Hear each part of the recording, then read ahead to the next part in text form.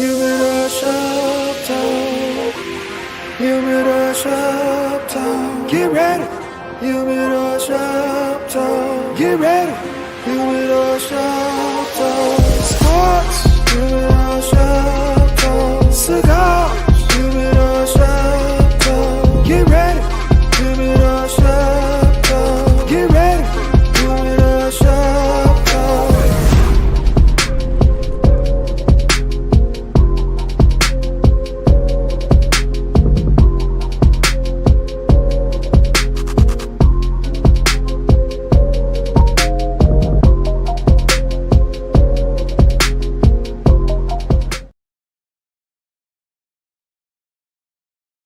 Keeping it smoky, baby. What's up? This your boy, Mr. SmokeFella, man. We back here on this Saturday morning with Humidor Sports and Cigars by way of Sports Zone. Hey, giving a shout out to Hula and our man Zach the Guru. We're gonna have to get y'all back in the studio, give us another theme song. We're gonna have to get with y'all. But man, we got a lot to talk about. We virtual today, so now I'm back in the lab. Everybody back in their personal spots. We ain't been here in a long time, but we still finna bring the ruckus raw, uncut, just like we was in the cigar shop, because we got a lot to talk about. So I'm gonna bring in my panel. I'm gonna start off with my man Face, aka PG69, aka Skillet. Let's go, baby. Let's go. Good morning. Let's get this started, man. It's a whole lot. It's going to be really an interesting show today. I'm ready. Let's go. Hey, I just told y'all where we at, so it's no need for you to say, where's Kevin at? Because Kevin is at home. Well, we think he is. But hey, KDL 33, aka Mr. Hilton. Mr. Hilton, Harvey Curran. Let's go. What is happening, everybody? Good Saturday morning. We should dare that where's Kevin, because it's really nobody's business. But good morning. How y'all doing? We got a lot of sports to talk. Let's get it. I really don't have a good voice this morning, so y'all bear with me. But let's get it. Then where's Kevin is like where's Waldo. Hey Kevin, your voice is like your face. Don't know what that means, but carry on. You got a face for radio. Just saying. I think that. I don't remember last week when you was throwing jabs. Yeah. My man, bro. I would never do that. I see what hat you got on. But we got 2 hours, brother. I see what hat you got on. I'm gonna have to go get my hat now since you got on your hat. You like that. I don't know why he wearing it. It's 5 o'clock somewhere. Our boy, Lucky Lefty, aka Skip Hairless, aka Kendrick La Hips. Let's go, Lefty. Go. That was totally unnecessary. But good morning. Hey, I woke up with the smoke, baby. That was completely unnecessary. But hey, man, I've been fired up ever since I saw Seth Rollins troll the Packers with the Bears pick, baby. That was classic. Yeah, buddy. Hey, Seth Rollins fashion, man. Hey, man. We heard it. We didn't even steal. We heard it. Hilarious, bro. That dude was hilarious. When I say I heard that laugh, I knew it was him. He was on 12,000, man. He was.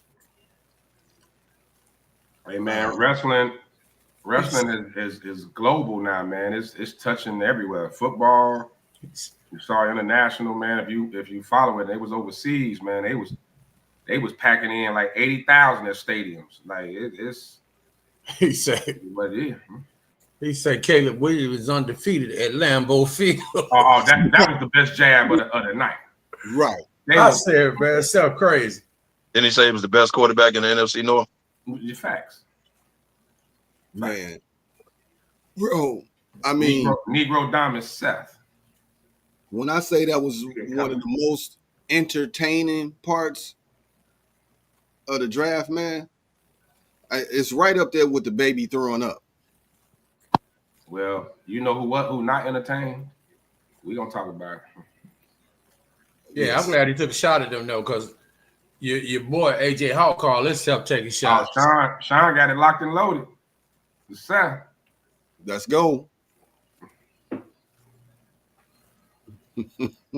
Sean got it locked and loaded, baby.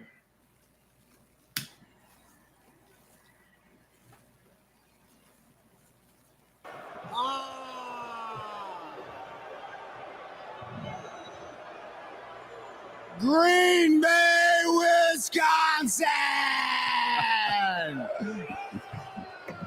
Is that all you got? Come on, you can be louder than that!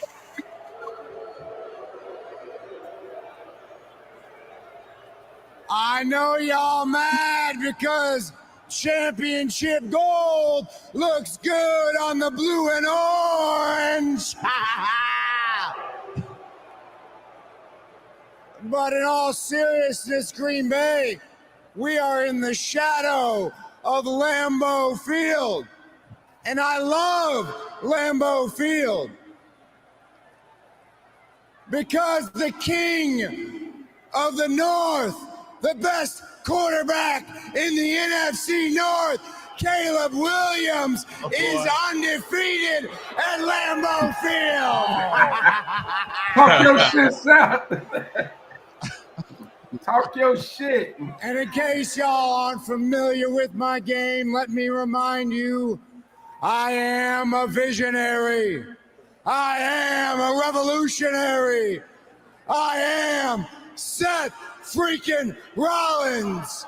And I am here to tell you that with the 56th pick in the 2025 NFL Draft, the greatest franchise in the NFL, the Chicago Bears, select Ozzie Tropillo, tackle from Boston College. Let's burn it down and bear down, Chicago. Man. Hey, Kev, update. Scatterboo just went to the Giants. Did he? That's Yeah. your best pick right there, baby. Scatterboo just went to the Giants. No, the best pick is Carter, and you know it. But we'll take Scalaboo. Welcome to New York, Scalaboo.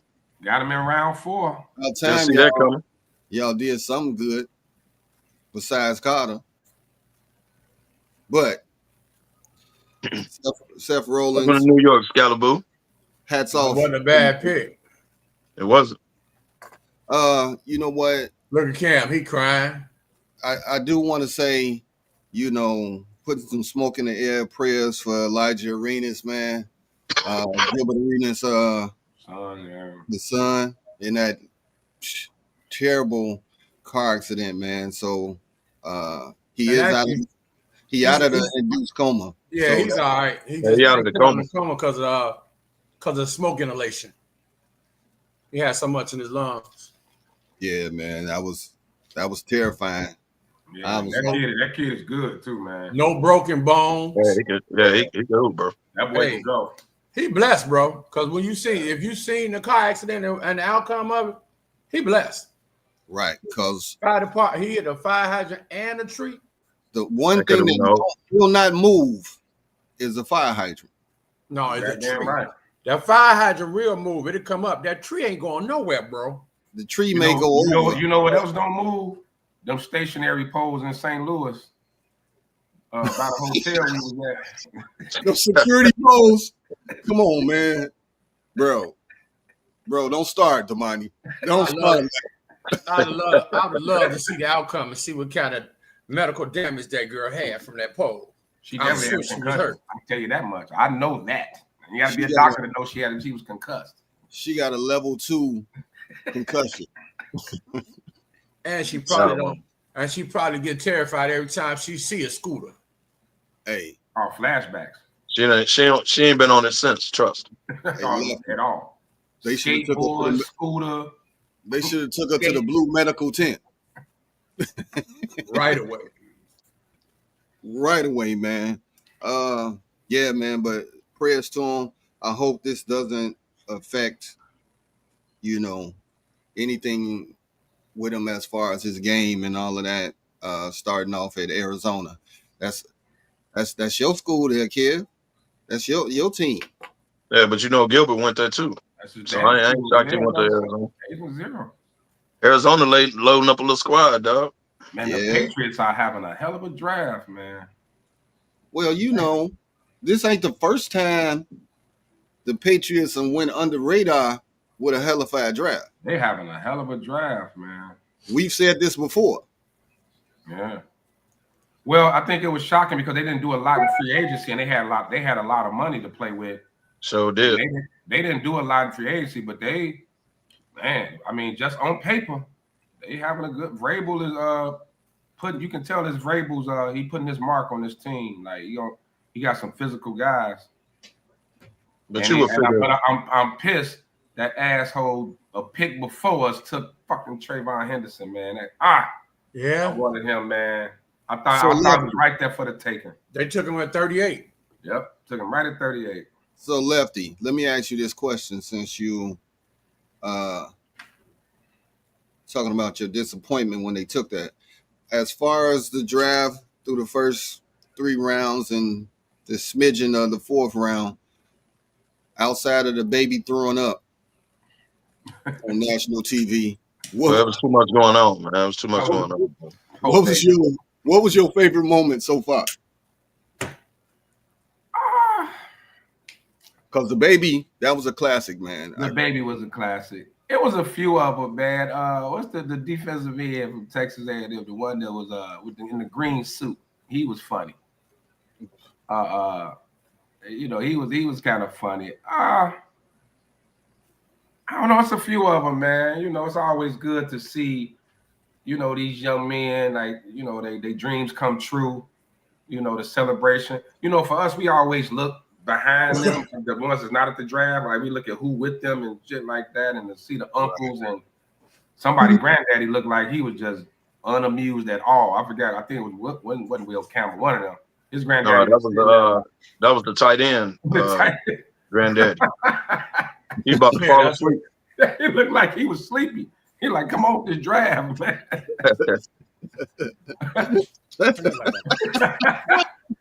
Like, come on, this draft, man. Well, and the funniest part is always to see the girlfriends who be like, we made it, and then look over and be like, who the hell is we? That's what that's what we really be looking for. We be looking to see which girlfriend got that arm like this, like, hey, baby. No, bro. I don't know if y'all caught it. I can't remember who it is, but they on the couch. He gets selected. She come running on the screen and bent over, and that's all you saw was cellulite thighs in the camera. And Mama is like, "Get your ass out of here!" That's her first and only TV appearance. She is gone. She is done, right. Man. When I saw that, I had to rewind it. Like, was she ass out? Man, on camera. Hey, Dandy, I was gonna say that too, man. The Giants, low key, are having a good draft too, man. They get some talent. I wasn't gonna say nothing. I was just gonna, I wasn't gonna say nothing. You was gonna say something eventually. Yes, you was. Well, eventually, yeah. But I wasn't gonna say satisfaction, Kevon. But I think the only problem is, and I agree with Chris Canty, is if you're not sure about Dabo's future and this GM's future, like, why take a quarterback? You know what I mean? Because but they had to take one. They were always going to take one. But you doing what you always say the Bears do, which I agree with you, Kevin. So, when the coaching situation isn't stable, now you're pretty much a coach has to come in. He's adopting a quarterback that's already there compared to taking his own quarterback. And next year, I meant to send you that list. They got the list of next year's quarterback class. I saw it. We put it in the group. I saw it. Yeah. I meant to send it to Sean, put up on the show. But that's a beast, man. Yeah, that make a lot of sense, Kev. I was going to ask you about that yesterday, but I forgot to ask you about that. Why they let Dabo pick the quarterback when, if you're not sure about him being there next year, why not play with the guys that you already got now? Then that way, the coach for next year can go out and pull his person. Get his own guy. Yeah. But the problem is you went out and signed not one but two free agent quarterbacks and gave them money. So whoever came in was gonna sit anyway. If they don't win 8-9 games, the GM and Dable are fired. They can't have another 5-game season or they out of there. Yeah, so, but the problem is you gave up future picks to move up to get Dart. So you can't just throw Dart away. Kev, I'm no, gonna go Dart no. Dart ain't going nowhere. Dart is there. No, but I'm saying, but if the coaching situation isn't stable, why not let the see how Dable does this year and let the coach? Now, I think Dable is good for Dart, but I don't know how long Dable's gonna be there. Lefty, let me say what Kev been saying for the longest. I'm gonna speak for you, Kev, and I'm gonna give you your flowers, all right? Because you have said none of this has been Dable's fault. None of this shit. Right. The record, nothing that has happened has been his fault, except for what he squeezed out of Jones that 1 year. That was all him.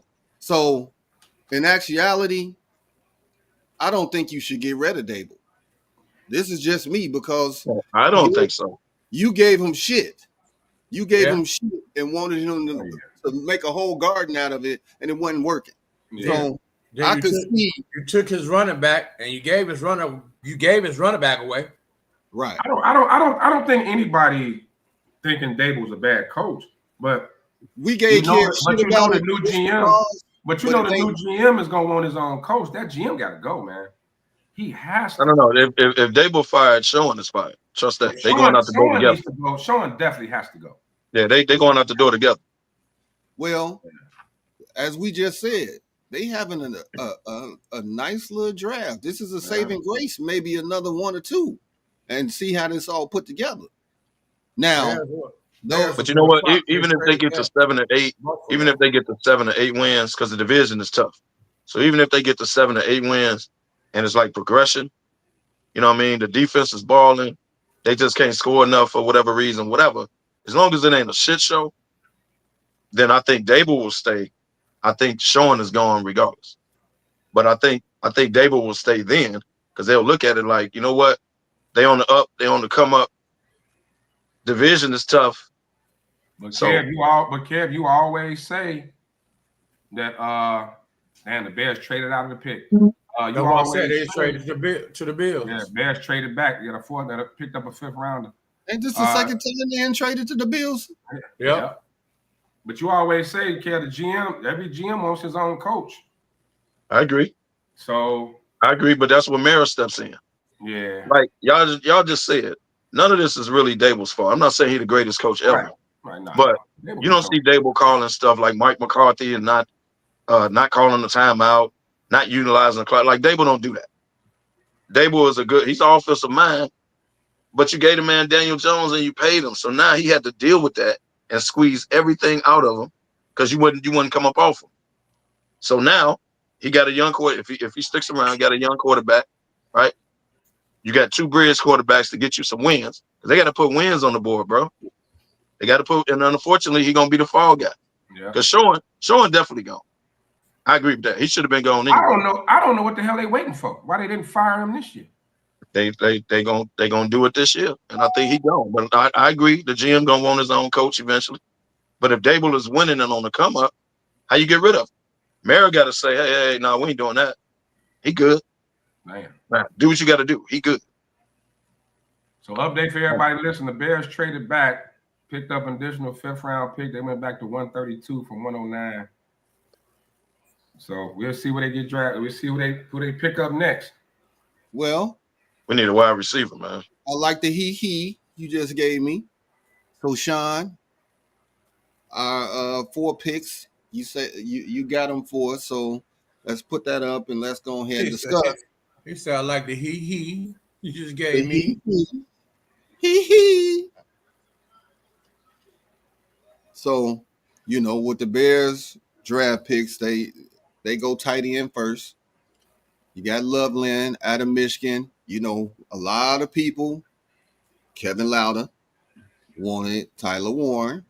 But to me, there was 1A and 1B, and this is what fits. This is who being wanted. So What's your thoughts on this, Pat? I think it's good. I think it's a good pick at that tight end. I've seen a couple of games where he played. The boy, he got separate. He need a little bit more separation, but I ain't seen him drop 20 balls when I seen him this year. I only seen him a couple of games. You know, I don't get the chance to watch as much as Kevin, but from what I've seen, he seems to be a pretty solid tight end. Lefty? Yeah, of course, you know, it's not a sexy pick, the name, because everybody was talking Tyler Warren, but when they actually put it all up there, the measurables, he's the same size. He may be a little bigger actually than Tyler Warren. And it's all in how Tyler Warren was just utilized, because Penn State didn't have any type of offense. He was their whole offense. But this young man, he could catch it. They said he's really a big ass receiver. He got to get better at blocking. Yeah. He's a big ass receiver. He can block. I think it does post a question of I know that with Ben Johnson runs the 2 tight end sets, but it does pose the question of you know, what do you do with Cole Kmet? I know they're gonna keep him, but it's only one football, man. It's just like we always say in basketball, it's only one ball. Like, everybody's not gonna get, you know, we expecting Roma Doomsday to have a big year and DJ Moore, and we wanted him to use Cole Kmet more. Now you got to utilize this young man. You brought him in at number 10, so we got to see something out of him. You know, some people compare him to George Kittle's, which is a great pro comp. That's what I heard. Yeah, it's a great pro comp, but I mean, yeah, let's see. I think it's interesting that the Bears went that way, seeing that the needs on the team, but they went with their draft board. So let's see what Ben Johnson do. Come on, louder. No one is saying dude can't play. And apparently Ben Johnson watched him because he was at Michigan. He was at Detroit, so he probably watched him. If I get a chance to be a head coach, I'm going to go after this guy. In my opinion, Tyler Warren is better. He was utilized more. This dude was not throwing the ball like Tyler Warren was throwing the ball. So we automatically comparing him to people, and you ain't seen that out of him. He's good, don't get me wrong. But you ain't seen that out of him. The consensus tight end, if you was going to go tight end, is the guy out of Penn State, Mr. Warren. So if that was your goal to go after a tight end, in my opinion, you take the best one on the board. Tyler Warren was the consensus best one. I'm not saying, dude, Copeland is not good. Hear me out. What I'm saying was he was clearly the best tight end coming out. You could say 1A, 1B, and all that. But if you're going to do that, then you take the best player. This dude can block, catch. He was utilized, all that. If you want to put a little, you know, quote unquote, a Laporta system in, it's cool. But but go with the best one if you're going to do that. So obviously he's not a. I'm not saying he's the consolation prize because he can play. Don't get me wrong. But if you're going to do that, take Tyler Warren. He's sitting there. If you're going tight end. Here's the thing with that, Kev. Even though you're saying take Tyler Warren because he's the best in there, obviously it's something the Bears seen in him that everybody else ain't seen that made them think that he fits better in their system or what they're trying to do to Tyler Warren. Because they had the option to get Tyler Warren and they passed on him, right? They did. Okay then. And at the end of the day, like I said, it wasn't a sexy pick, but a lot of scouts had him ranked ahead of Tyler Warren. They did. Warren is just a sexy pick because that's the name you hear. That's always the push. We go with the names we hear, and this, that, and other. These scouts, man, they watch film, exclusive film, and it wasn't just the Bears. A lot of cats had Loveland over Tyler Warren. Not saying Tyler Warren's bad. Not saying he's bad at all. I think I would have been cool with Tyler Warren too. But I've never heard him being over. We get caught up in the media and what the Mel Kipers and all them put out there. And then when your team go like a different route, and I know we're going to talk about Shador, like all we've been hearing, the media's hype Shador. But clearly these scouts or these teams, we're going to get to that. Yeah, but I don't understand how these teams and these scouts ain't never said Shador is a 4th-round quarterback all year. All of a sudden we get to the draft, all of a sudden he is. Here's all the these thing. We don't know we what got to that part yet. Teams don't have grades on. So like with Loveland, I think the Bears had a higher grade. Like you said, Tyler Warren was there. You know, Ben Johnson had a higher grade because he watched him at Michigan being in Detroit. That's what that was. What up, he also had people keep forgetting, like Loveland didn't have a quarterback this year. All right. That's what I'm saying. He wasn't utilized exactly. But in when he was utilized in Michigan, now remember Michigan, he was a national champion. Now we all know they hung their hat on the running game in Michigan, and he still had almost 700 yards receiving in a run-first offense. In Jim Harbaugh's system, right? Yes. Right. So first of all, you know the kid's tough because Jim Harbaugh ain't recruiting no sissies and no soft players. All right. And his championship year in 23, he had more yards than Tyler Warren had his first 3 years combined. So my thought is this: people, and I know not you, Kevin, because you're a Giants fan. But people could you're not the only one who said, well, Tyler Warren. I'm like, well, how you gonna get mad? Everyone calls Ben Johnson a genius, and look what he did in Detroit. Right. How you gonna get mad at the dude who's making dinner when he's buying his own groceries? How you gonna get mad at him? He obviously feels better for this. No one is mad, bro. No mad. You ain't been on Twitter because people calling him a clown. He's this. How you didn't pick? He's the best. Yeah. He didn't do this. He didn't pick the best tight end. He didn't do this. Yeah, you ain't saying that, Kev. They have been doing that pick. He graded at 92. So they've been calling out Ben Johnson and Ryan Poles for this pick big time for some reason. But that's the thing. But that's the thing. You have the ESPN draft experts and all that who kind of guide our thought pattern when it comes to these players. But these teams got a whole scouting department. They go watch. They got exclusive tape. They know everything these young men do in and out. But we look at it like a lot of people are saying, "Oh, Cam Scatterboot, first round pick." That's the name we heard, right? That's a sexy name, right? We like, oh, no, we knew better than that. I'm just saying, but that's a name we know because not a lot of people, Kev. Not a lot of people. He wasn't gonna never go first round. We knew that. We said that in the bowl game. He's gonna get drafted. It's people like us who are a little more knowledgeable in sports. Right. All right. You're getting when they push an agenda, aka Shador, when they're pushing an agenda, it gets pushed. Mm-hmm. Right. It gets pushed. Just like in regular news, it guides the opinion. It guides our opinion. So I'm with you, Sean. I think we gotta trust. We got to trust them. And I know we're about to look at some more Bears picks, but I'm confused on the picks. I really don't have a great opinion on the picks, but I'm trusting Ben Johnson, man. I mean, the money wasn't all hyped about it. I wasn't either. I wanted him. You wasn't either? I was John, you wasn't hyped over the entire draft so far? You ain't feeling the pick? No, I'm talking about the Bears. The Bears. Like the money ain't hyped over all the Bears picks. I'm saying you ain't hyped over the picks. Yeah, in retrospect, yeah.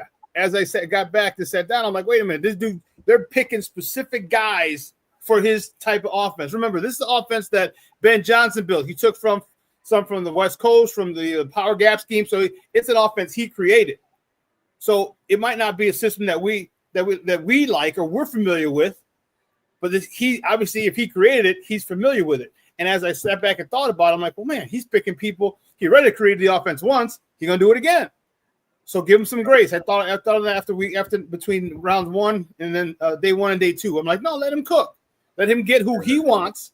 And then if 2 years or so they hitting, I mean, like, all right, Ben. All right, Ben, you don't know what you're doing. Or it was a stroke of luck in Detroit. But I got to give it to him that the wide receiver we're gonna talk about next. Man, if that ain't Amon-Ra St. Brown, I don't know who it is. Yeah. And a lot of these guys, man, like you got to go back and you got to fire up YouTube and watch some film on them. And you're like, oh, okay. I haven't heard of this kid, but you go watch some YouTube film. You're like, oh, okay.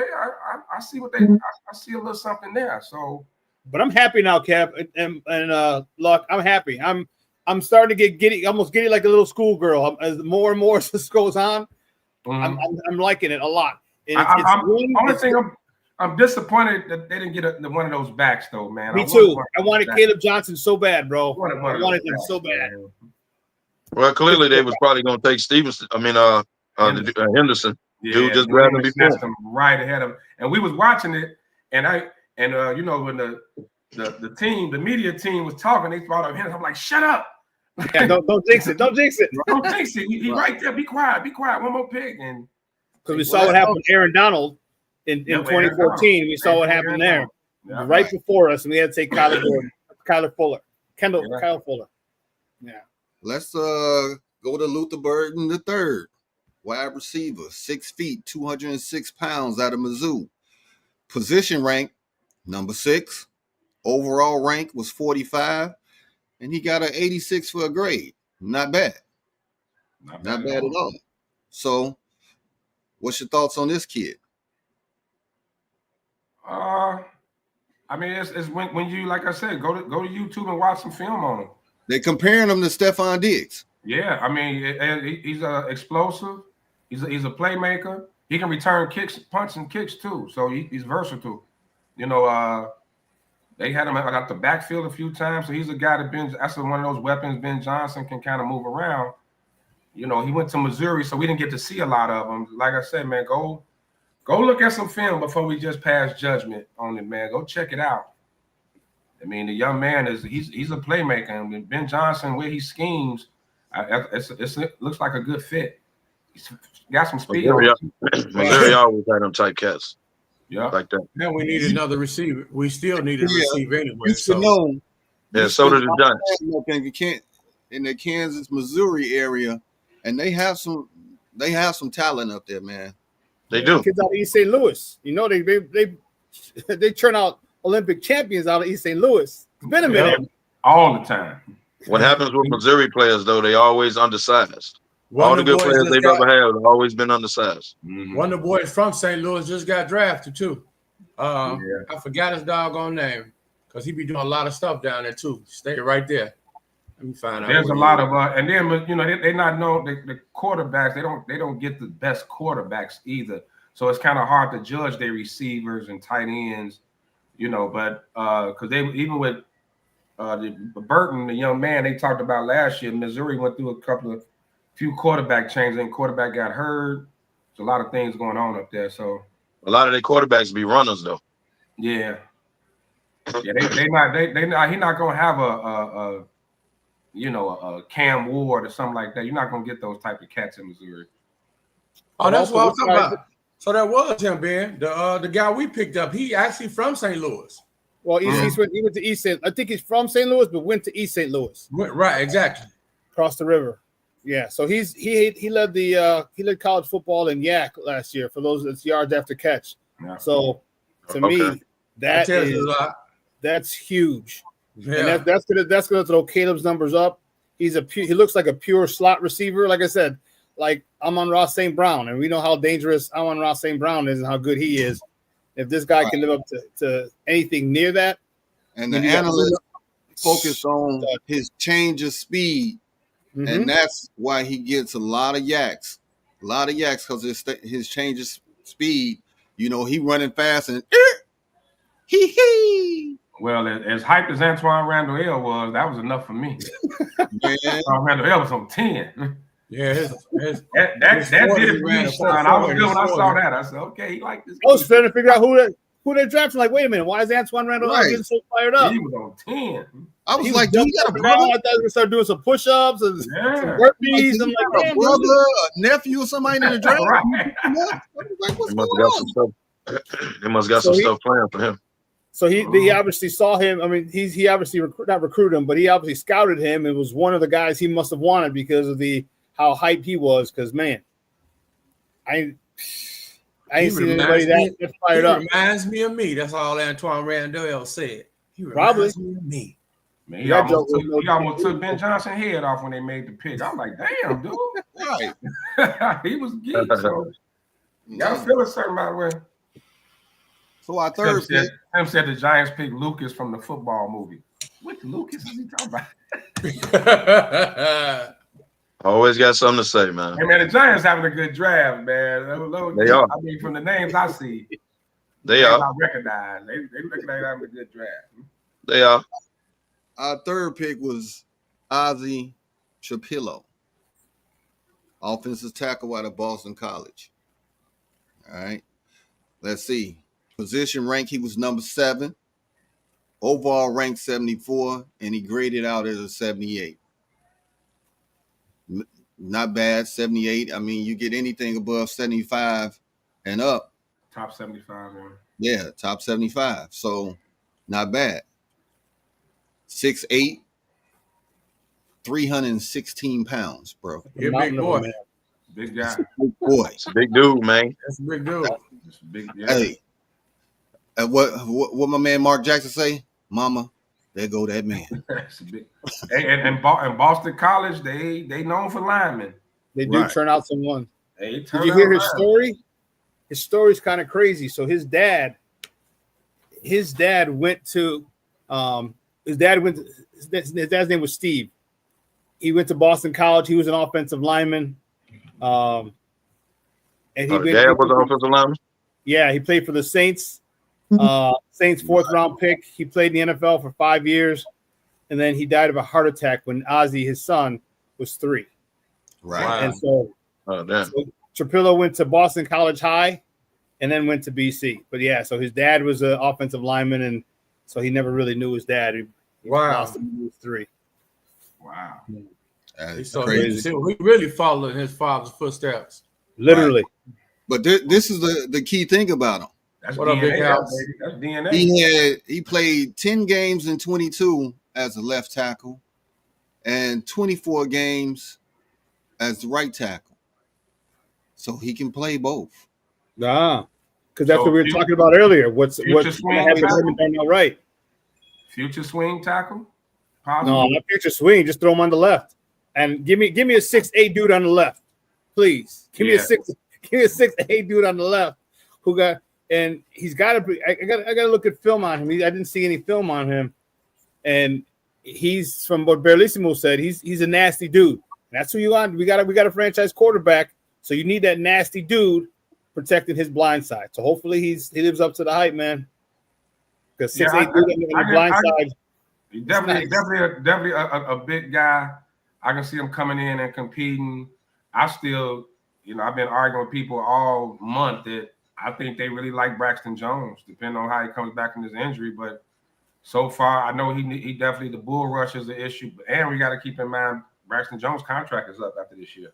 Yep. So but he also hasn't lifted, bro. To have some dogs and some boys ready to go in case. But he hasn't lifted. That's the problem. Right. His ankle.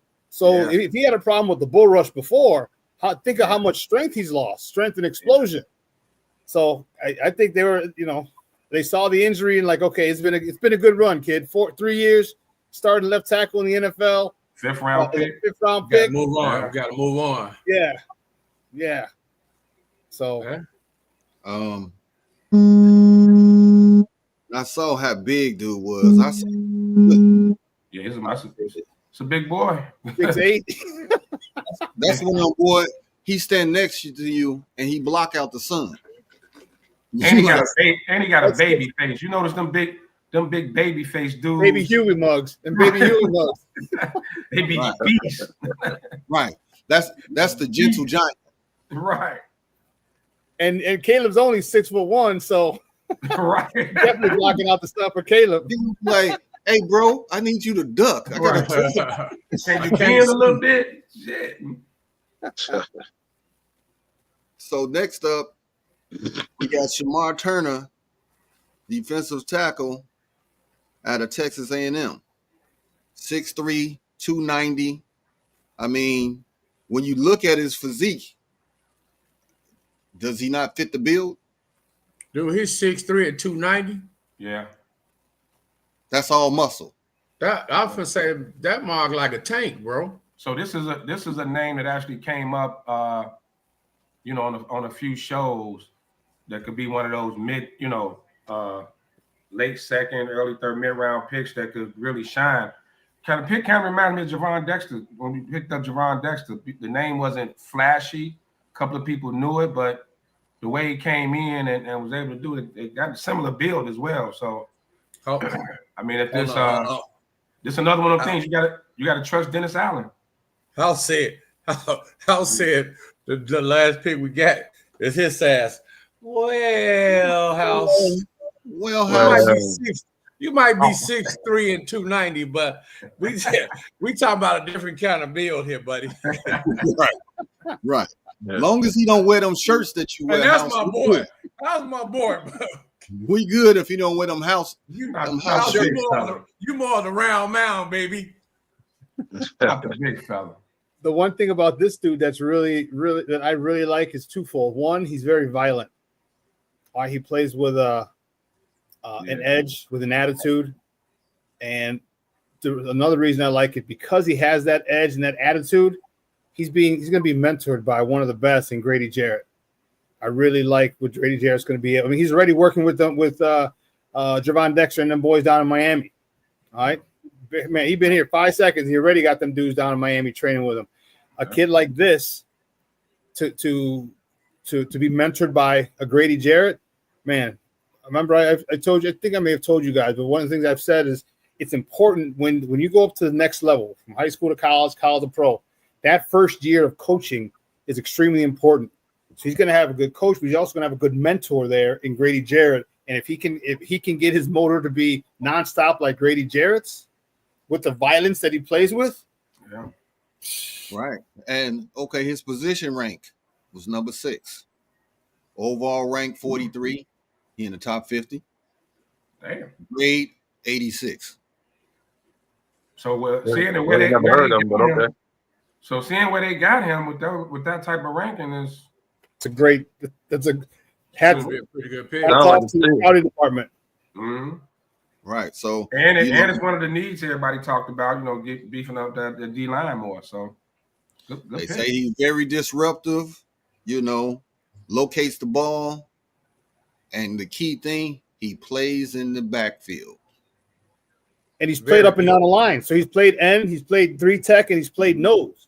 So that versatility as well. So he's not a huge body, but if you decide to go like a NASCAR package, a little lighter, dude, you could put him in there, up on the nose, a position he's familiar with, and let him go get it from the inside.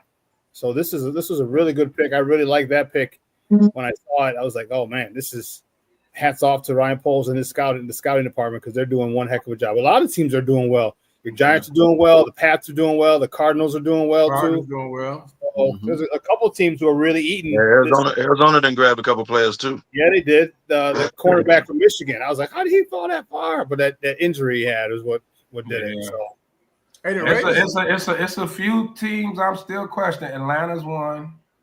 I'm definitely questioning Atlanta.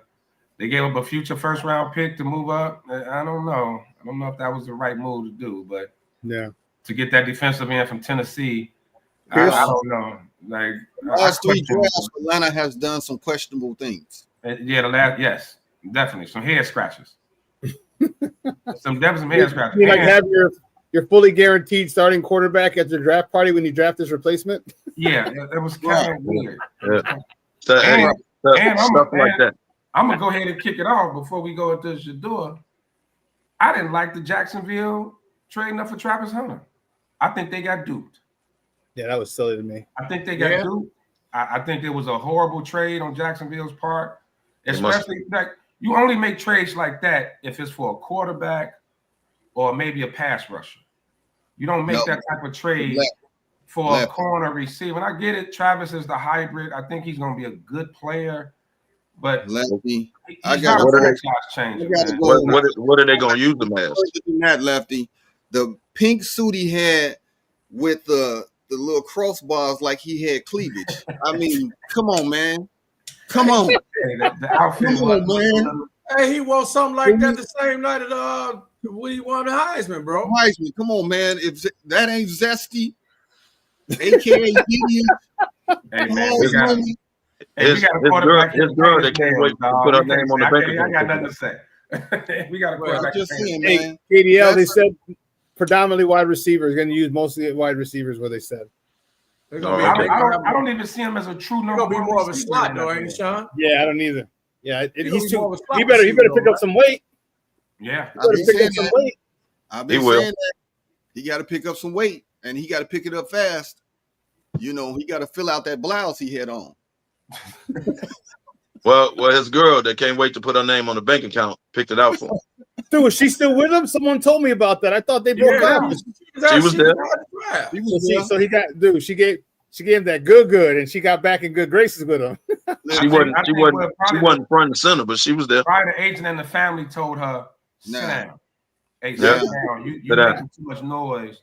Sit down or you won't be around. Like somebody she would do something strange for that change. Yeah. If you paid attention to her, she all tatted up now. Her whole arm, she tatted up now. She's starting to use some of the financial residuals. So now she's a wag now, huh? She's a wag. She's a wife and girlfriends. Okay, she's a wag. The next is that baby. And somebody told her to sit back. She wasn't in the forefront. His family was. He was like in the.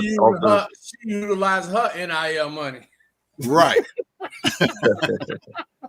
Trust me, somebody her NIL stands for Negro I love. That's what her NIL stands for, the Negro I love. Yeah. You can tell that she been using a little money because she look a lot better than she first came on the scene. Yeah, trust somebody in that circle pulled her to the side.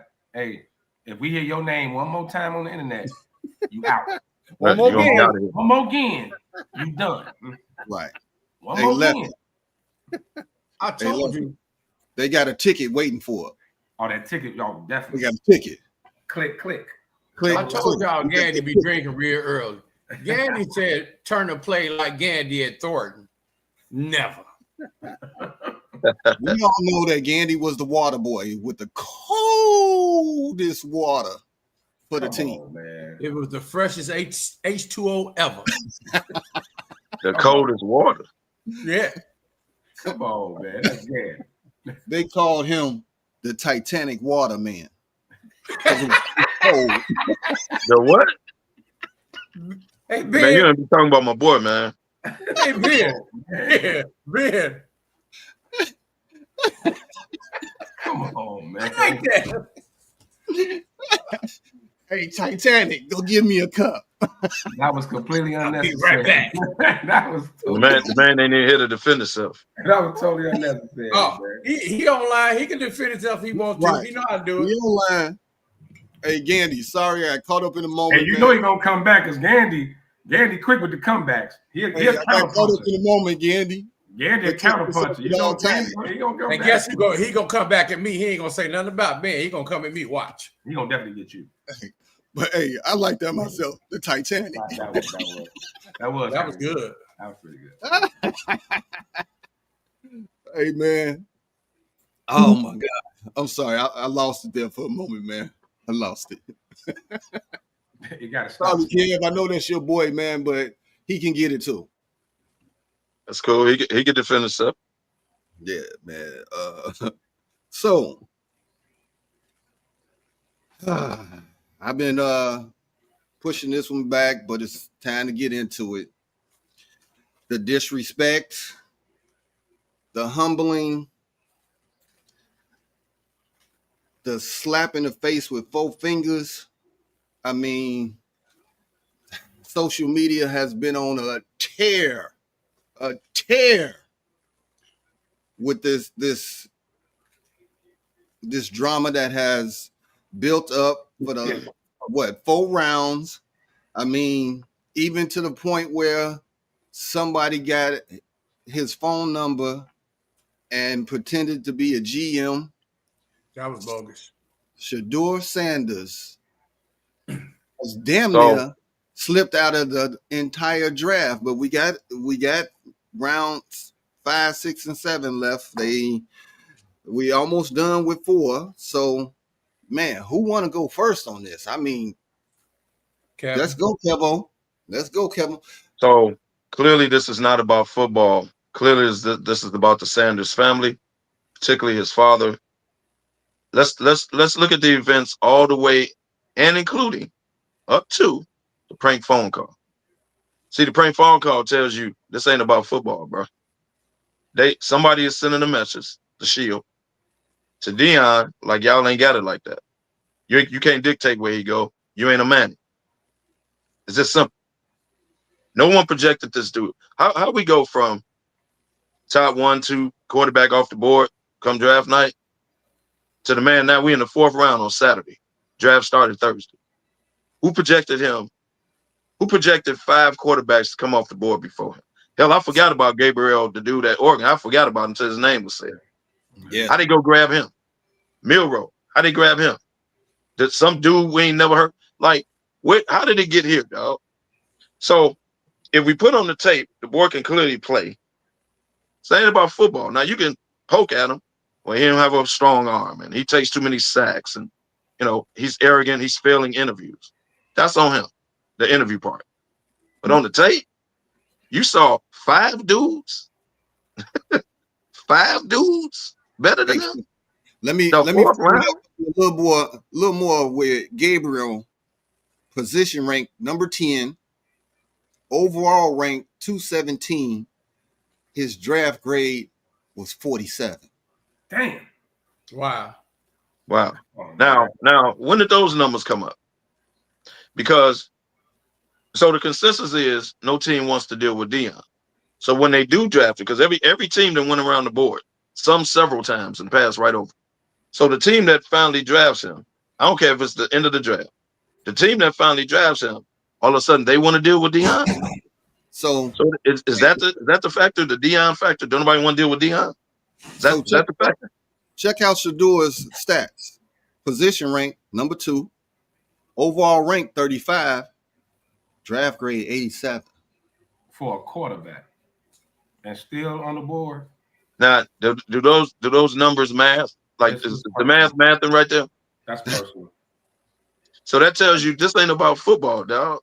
It's something else going on. Now we can throw the race card out there, but then people get mad at that, right? But just like the idiot in office is doing everything in your face, the shield is doing everything in your face. And they dare you to say the race card. So now you the angry black man as soon as you pull it. But what is it?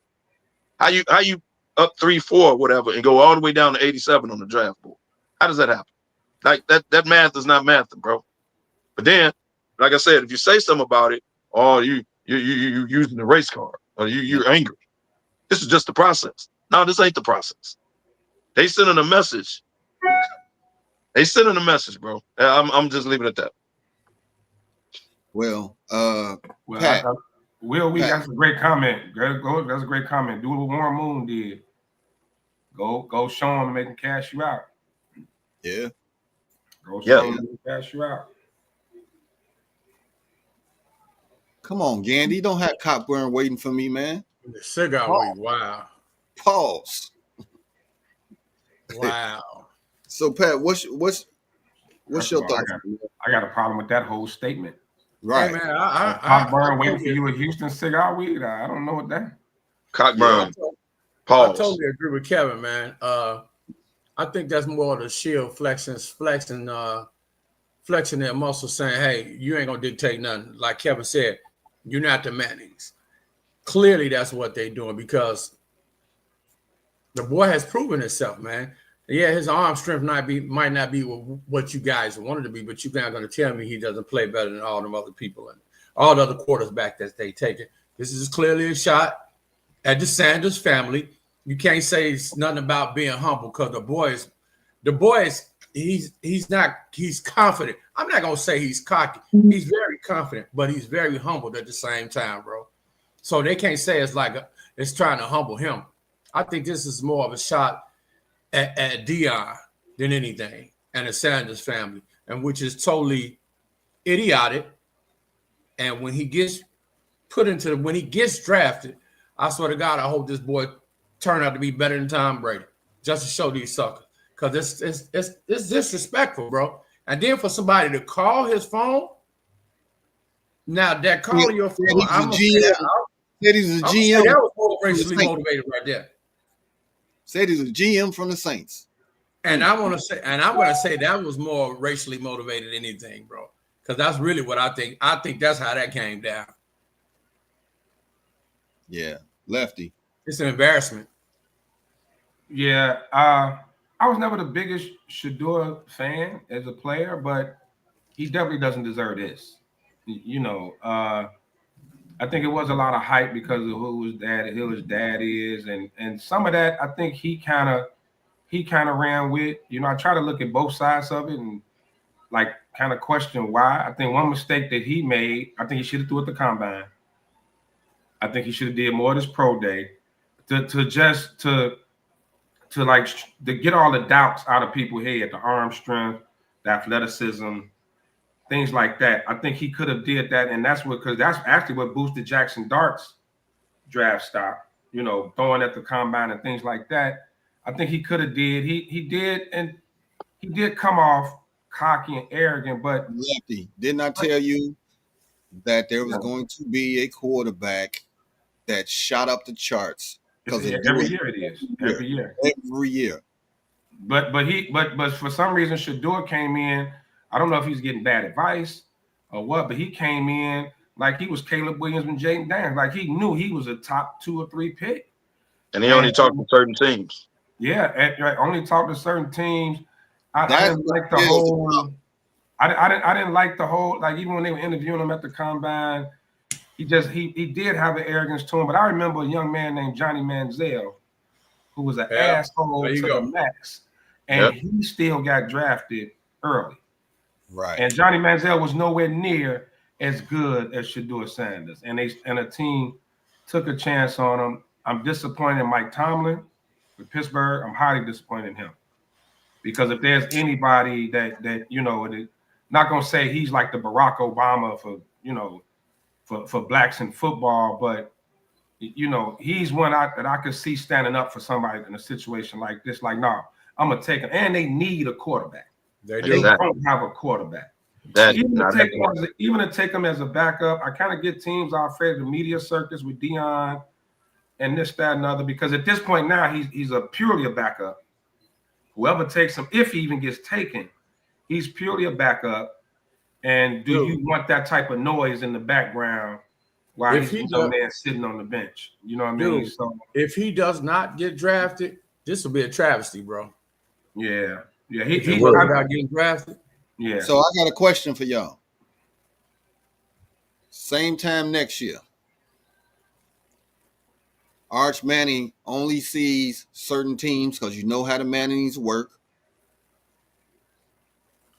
Arch is going to have, and Arch doesn't throw at the combine. Do you get the same effect? No. Hell no. No. You don't. No, you won't. And most quarterbacks, top quarterbacks, don't throw at the combine. I ain't tripping on that. But what the top quarterbacks do is they show out in their pro day. You can't. Well, I'm gonna only do certain. I'm not gonna do the combine. I'm gonna give arrogant interviews and then say, well, I'm not gonna do the whole pro day. I'm only doing this, and that. I'm not doing everything. He ain't even run 40, did he? I don't think he ran 40. He didn't exactly. He didn't do the whole thing. Yeah, he didn't run 40. He didn't run a 40. That's so two things could be true. That's where he tripped. He got bad advice on that. Yeah. And he only talked to certain teams. No, dog, you talk to everybody. Number one. Right. You might not go everywhere, but you talk to everybody, right? You be professional. Now you're a professional. You be professional, you get professional interviews and all that, right? You talk to everybody, you do your whole pro day. I ain't tripping on the combine, but you do your whole pro day, bro. Like, that's what everybody come to see. You can't skip steps. However, having said all that, there's not 5 quarterbacks better than him in this draft. No, that's I'm gonna say, even though he missed a lot of his stuff, bro, when it comes down to it, when you look at his play, look at the stats and look at the numbers, he's still better than a lot of those quarterbacks that got picked before him, bro. Right. So now that's telling you this ain't about football. This ain't all football, bro. This ain't all football. You on mute, Sean. Sean, you on mute. Didn't Deion do the same thing? Didn't he not talk to a couple teams and say they want an interview? Like, where are you at? Number 8. Oh, I'll be gone by then. And he did. That's the case, then obviously this is type of stuff that I would say where would he get that from? You know what I mean? From a guy, right. And if Deion did give him that advice, that's poor advice. Because the thing is, you should be. The thing about it, it's interesting. Like I know you got the talent, but still be respectful and humble. That's what I'm saying. You know what I mean? Still be, thank you for the opportunity. I appreciate it. I'm looking forward to it. I look forward to making your organization better. Sometimes you got to play the role. You got to play the game. You just got to play the game. You can be arrogant and think you're the best thinks in sliced bread. But you got to play that role until you get to that point. We remember Iverson. Iverson was nice and clean shaven at Georgetown in the draft, and then all of a sudden he went, hip hop. Right. You know what I'm saying? Because he got the job. It comes down to what they, Sean, you hear it all the time with quarterbacks, it's between the ears. Like, you can have a physical talent, and I think he missed a big opportunity to humble himself, to show that he's willing to be coached and be humble. And I think I'm telling you, I don't know, it could be a conspiracy, but every report saying he had the worst interviews. The GMs, they said his interviews were terrible. He was cocky. And I get his old man, but his old man had the skill to back it. Here's the one thing though I say about that. Here's the one thing, and people say, well, my sources and interviews and this and this. Don't hide your face now. There you go. Yeah. Right. Don't hide your face now. You want to rip the kid to shreds, and now you're affecting his money. Yeah. Now you're affecting his money. Ryan Clark came out and said that. Don't hide. Unanimous. You big enough. If you big enough to come out and say it, put your name on it. Stand on it. Stand on it. You know what I mean? Don't sit there and rip the kid to shreds. Wow. Cost him money, and then you get to hide behind, anonymity. No. Anonymous. Guess what you said? Back to your Steelers again. They just passed over them again. They passed over again. And even if you're waiting for Rodgers or Kirk Cousins or whatever, you could take a quarterback in the 4th or 5th round, and he's going to sit. Bro, this is bigger than Tom. Tomlin got no say in this. None. No. I don't think this. I agree with that. I don't think this. No, man. I don't think the Roonies get involved like that. They gonna give Tomlin his run of the thing, man. Bro, they gave him enough. You met with him last week, so hey, remember we've given you enough, guys. We've given you enough, Mr. Tomlin. You're not doing this. We've given you enough. So remember, just because he is who he is, don't think that he's not reminded that he's been given the opportunity because of their graciousness. Yeah, you're right. But he met with Pittsburgh last week. So either his interview failed, because it can't be about football, and they need a quarterback. So it can't be that. So either his interview failed or he turned somebody off, whether it was Tomlin, whether it was somebody in their front office. No, we can't do this. So let me throw another name out there. Terrific Tom. Tom and Deion boys. He worked out with Shador. You telling me the Raiders can't take a shot on him right now? They didn't do it. Ain't the Raiders been through this? They didn't have a couple of chances. Ain't nobody telling Tom Brady what to do. So if Tom say, "Hey, go take this young man, and he can learn behind Geno Smith for a minute," so you telling me Brady can't do that? Well, why they ain't did it yet? Exactly. We're trying to find out. One, he's a minority owner, but two, I think it's literally the whole league, and Tom might be out. He might be overruled in this because it's the mandate and came down. The mandate came down across the league. Now we can get in the race. Because I brought up a name. Johnny Manziel was a total dick.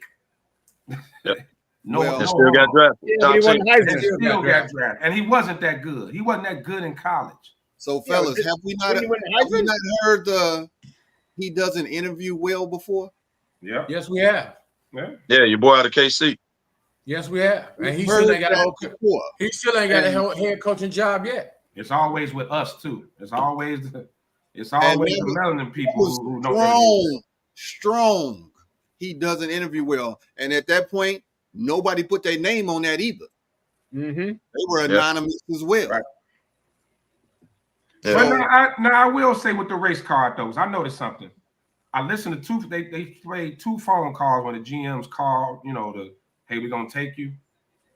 And there was a huge difference when they called the brother to when they called the white guy. Like the white guy was like, "Thank you, I appreciate the opportunity, yes, sir." The brother was like, "Yeah, let's get it." You know what I mean? It was like, man, it's looking a little bad there, bro. Like that was on the phone. Like there's the GM. They handed the phone to the owner. I forgot if it was Atlanta. One of them handed the phone to the owner. There's the owner. Yeah, let's get it. Let's go. It wasn't. But the white kid was like, "Thank you, sir. Appreciate the opportunity." I'm, boom, boom, boom. Well, that prank call. Shador was very respectful. He was.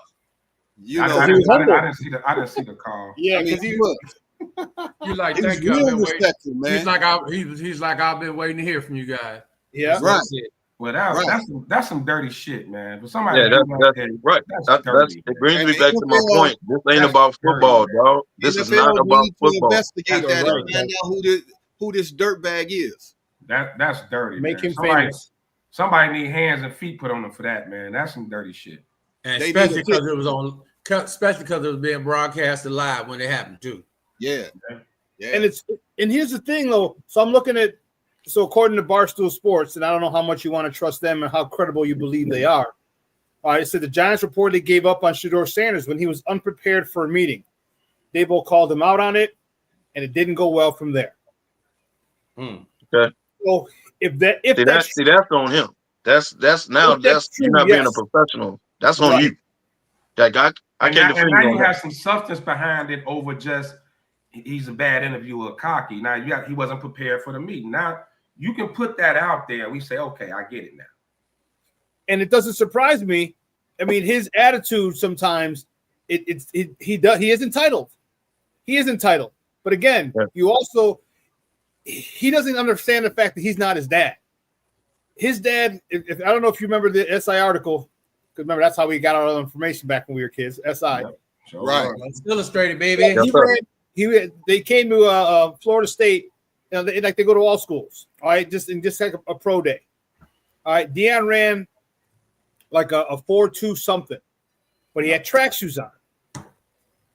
And so they said, no, it doesn't count because you had track shoes. Deion got pissed. Took off the track shoes, put on some high top basketball shoes, ran a handheld 4.19, and just walked out of the building. Damn. Didn't say nothing. Nobody just walked out of the building. Hey, when you can walk the walk, you can back that talk. Right. You can do that. And Shador doesn't understand. You're not Deion. You're not the best quarterback or the best. You know what I mean? Yeah. Like Deion was revolutionary with what he did as far as cornerbacks, kick returns, as a cornerback, a lockdown corner. Like he was one of the first ones we saw who really took that. You know what? I'm taking you all game and you're out of the game. That type of mentality. You know what I mean? Like he even said, he goes, why can't we just? He goes, why do we got to play coverages? Why can't you just pick a man and stick with him all game? Yeah, because he was that type of dude, and Shador's not that dude, but he has that entitlement though. Now, I didn't know this. I just put out there he doesn't have an agent. I didn't think about that either. Agents are good. They speak for you. You know, they that voice for you. And they also you. I didn't realize he didn't have an agent. Yeah, so it's those things, but D.Y. brought that up. You mentored by Tom Brady. Brady is. They let Tom Brady get away with murder. Tom Brady can own a team and still be a commentator. Right. Tom Brady can have relationships with players as an owner, and nobody else can do it. Brady runs the league. So if this is your man's, I don't know about if he runs the league. I think the league lets him do what he wants. I'm just saying, but Brady, but trust me, Brady speaks. Somebody going hey, that's Tom Brady. He's that dude. Yeah. So why hasn't he taken it? That's the question. That's a good question, Kerry. So that means that's over Tom's head. It's exactly what it means. Again, Tom, you've been given you are leeway, but a lot of leeway. You gonna pull up on this one. Yeah. So just think about it. Maybe Deion in the 6th round like he was. Take him in the 6th. Now I went to see who the last team in the draft, because I'm thinking, Mr. Irrelevant? Yeah, but it's Kansas City. Kansas City ain't taking. Well, no, he ain't getting that one. He ain't getting that. I immediately went to the 7th round to see the last, because I could see them being so freaking petty and making him Mr. Irrelevant. So again, it goes back to the shield flexing their muscle. Oh, what if Kansas City is in on it? It's like, you know what? We're cool. We'll trade out of that pick. Exactly. Wow. We don't want that Sean. If that happens, Sean, that's fucked up, man. And then it makes it clearly obvious. Yeah, because he gets the title, Mr. Irrelevant. He gets a belt, a jersey, Mr. Irrelevant. But I'm wondering, and I'm gonna throw the Rams in there too. To have older quarterbacks. Yeah. He could sit behind. Like I would love. I wanted to see him with the Rams with Sean McVay. Yeah. Oh my God, would McVay sit behind Stafford for a year or two? That'd be ideal for him, man. Yeah. And he's in LA. Yep. And he'd be in LA where he could he could still be Hollywood. Yeah. Yeah. And you got a strong enough. You have a coach that's so stable in his job. You don't have to worry about the buzz of Deion coming to coach because they bought that up too. You know, people scared people gonna be chanting for Deion to become the next coach. Mm-hmm. That goes out the window with Sean McVay, with Mike Tomlin, with guys like that. Like those guys are set. So those are great situations for the young man. Like, come on, at this point, give him a shot, man. I'm pulling for him now, man. Get this kid a shot, man. Exactly. Yeah, that's the only thing keeps flashing across the screen. Shador still give available. Him a shot, man. He's been embarrassed enough. You better humble yourself, man. Yeah. Because if this shit ain't humble you, I don't know what it is. You know what I mean? I'm tired of seeing best available, and his name is number one. Yeah. His name first thing he said was, look where they took Tom Brady. Look where they took Tom Brady. Like, I hear you, dude, but don't just say, hey, you know what? Just be humble. All right, they made their point. Hey, sometimes you got to take that L and learn from it. Yeah. And take that legendary sign up in the back, too. Take that. Don't create your own little booth for when you get drafted. If this isn't a humbling situation for a player, boy, I don't know what is. Now, I'm going to tell you right now. I'm humbled for him, man. He could have the biggest chip on his shoulder ever known to man. Enough is enough. Never picks him up. Sure. He have a chip on his shoulder. Like at this point, they are publicly just embarrassing him, man. Humiliating him and the family. Enough is enough. Like he doesn't deserve that. I don't care how cocky he is or whatever. He don't deserve this, man. We talking about Shador and how it's making him feel. Let's flip it right quick. How do you make this? How do you think Deion feels about this? This is his son, and he's seeing his son go through this like this, man. Deion got to know they're taking it out on him. Especially with all the relationships. As a parent, that's killing him, though, bro. As a parent, that's killing him. Yeah, and Deion has a lot of good relationships in the NFL. He plugged with a lot of people. Right. That's killing him, of course bro. he is. Yeah. Where's boy Jerry Jones? That's his man. What does Deion say to comfort his son in this moment? Exactly. That's what I'm saying. That is $1 million question. What is being said what is Deion saying to Shador? Wow. Yeah. Only thing you can do is say, hey, son. Deion don't know nothing about this. He don't know nothing about fall. He don't know nothing about being made an example of. He don't know nothing about it. He's got his way all the way up to Colorado. The only thing that I can see him saying, this is the business side of the sport you love. Yeah. Yeah, it's the business side. Yeah, but I don't stay positive. I don't think he can outright tell him, look, a lot of people don't like me and they're taking it out on you. It's unfortunate. Like Deion can't tell him that because your dream is to get drafted in the NFL. So you can't just shut it down. You gotta, son, this is business. This is how it goes. Fortunately, it's happening to you. You got to still believe in you. This should piss you off, actually. But you got to believe in you. Like I don't know what he says though. He's sitting there looking at it, pissed off. He looking at the screen like. I don't think it's too much. You really can say because this is beyond business.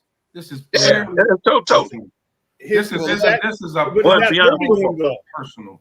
Is that hurting him though? Because that's really not going to be humbling him. If they're saying they're doing it, they're doing it because of whatever. Now he can be more of a prick. Say, oh, you guys are being jerks. No, it should piss him off. It should actually piss him off. I hope it does. I hope, Pat, you said it earlier, man. I hope he comes out and balls out like no one's seen in a long time. I hope as soon as this kid gets picked, I hope he's I hope he reads and breathes football all the time and just kills these people. And I'll go back to the race card. Johnny Manziel was an asshole. Privilege, come from a rich family. All this same stuff that they saying about Shador. And you sitting this kid like this, like this is ridiculous, man. Come on now. Hey, Lefty. Come on, man. A lot of y'all don't know Pee Wee League. Lefty played quarterback and he got hit on the blind side. What was that conversation that they said to you when they told you football ain't for you, kid? I've never had that conversation. and I don't remember the next conversation after I got hit. Hey, Pat. Clearly, Like that was a good one. That was a good one. I get The ball ain't for you, kid. Hey, look. Hey, Sean can attest to this. The first time you really get hit, it does make you think if this is really for you. The first real hit you take, when you start seeing those white spots splash, like, dude, bro. I told y'all the baseball diamond started looking a whole lot better to you the first time. Hey, Demani, I told y'all in high school, I was a small dude. And when we was playing football, one of my boys, he always been 6-something, 200, 300 something pounds. That dude hit me. I said, I'm going back to the basketball court. Hard wood for me, please. I quit. Right. Hey, man. I'm cheering for Shador, though, man. I wasn't a big fan, but now I'm rooting for this young man now. Come on, man. It's ridiculous now. Come on, man. Well, more to come on the Fall for Grace is what I call it. But perfect title. Yeah. Lefty, you want to talk about Unc. Unc needs to get that smoke. I mean, he stepped down from ESPN. I mean, allegedly stepped down, you know. He stepped down, all right. All his little ads, all his ads on social media for Hims and the Blue Chew have been taken down. Rose Sparks kicked him off. Rose Sparks kicked him off. Rose Sparks said, "Hey, he lost his Rose Sparks endorsement. He lost his endorsement. Oh, come on, so man. Lefty, I'm gonna let you start this off, man. Hey, they're okay with sex. They're just not okay with BDSM. So Lefty, tee it up for everybody that's watching that don't know the full story. So tee it up and then go ahead and get that smoke. I know everybody know the story, but I'm still blown away by the Rose Sparks endorsement because that's terrible. When you lose a Blue Chew endorsement, that's really bad. But yeah, so probably the biggest story of the week, man, that made us forget about Kanye and his weird tweet what he put out there. But Big Hall of Famer Shannon Sharp dealing with this 19, well, she was 19 at the time, this young lady being sued for $50 million. All this coming out, the audio tapes of him threatening her, like choking her and all this, that, and the other. It's a lot of different pillars to pull back, right? The race thing, as a white girl, the age difference. The man's like 53, 54, dealing with a 19-year-old, weird in itself as well. And just the whole, the whole assault thing, and nothing looks good. Nothing looks good for Shannon at this point. I think it was a weak effort to, quote unquote, step down. I think he's getting bad advice from his law team too, telling him to talk like a lot. Just shut up. At this point, shut up. Don't say nothing. His team already put out. He tried to pay her $10 million. So you calling it a shakedown? Another bad look. Rose Sparks said no to the back. We are bogus for that. But man, like, I don't know, man, but to see him, the rise, man, where Shannon Sharp came from, man, he's a likable guy, especially if y'all ever watched this 30 for 30, man, the humble beginnings, like it's a tearjerker, man. Like Unc always had a great story, but this is just completely destroying him, his legacy and everything, So another brother taken down by the power of that thing, man. Another brother taken down by the power of that thing. Man. I don't think it's gonna take him down because if that little stylish that he was always at the game with didn't take him down.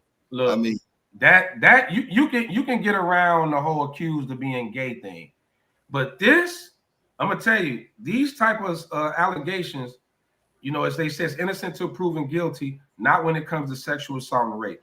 You are guilty until proven innocent when it comes to that. When you get accused of that, you're just about done. The weak attempt to step down, we knew ESPN was about to fire him. Completely, he was out. Everyone knew that. So I get it. Whatever he's trying, I don't know. He's not getting great legal advice.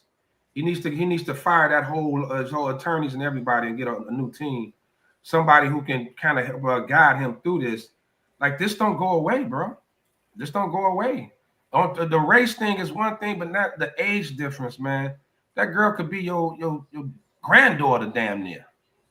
You know. And then the audio of you threatening her to choke her, you don't have a say in the matter. I don't care if she did ask for it, if he was set up. You put yourself in that position, man. You know what I'm saying? It ain't no difference if you know that they getting robbed or it's a bad neighborhood and you take your ass in that bad neighborhood and you get robbed, it's on you. You know what I'm saying? You know better. You gotta know, man. Like, so I'm disappointed in him. His rise was coming. He's about to land a big $100 million deal with some network. Now they throwing Shaq in there, saying Shaq had him set up. All type of stuff, man. It's just a bad look on. I'll take it to the race thing on us, period. Just on us, man.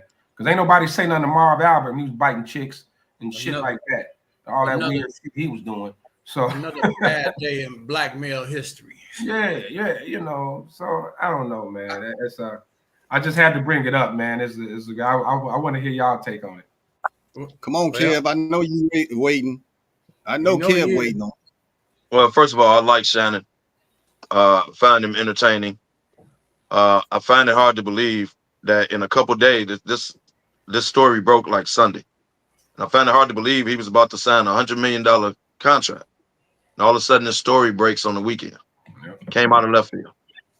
The guy that's doing it, he's known for it. He's known for going at the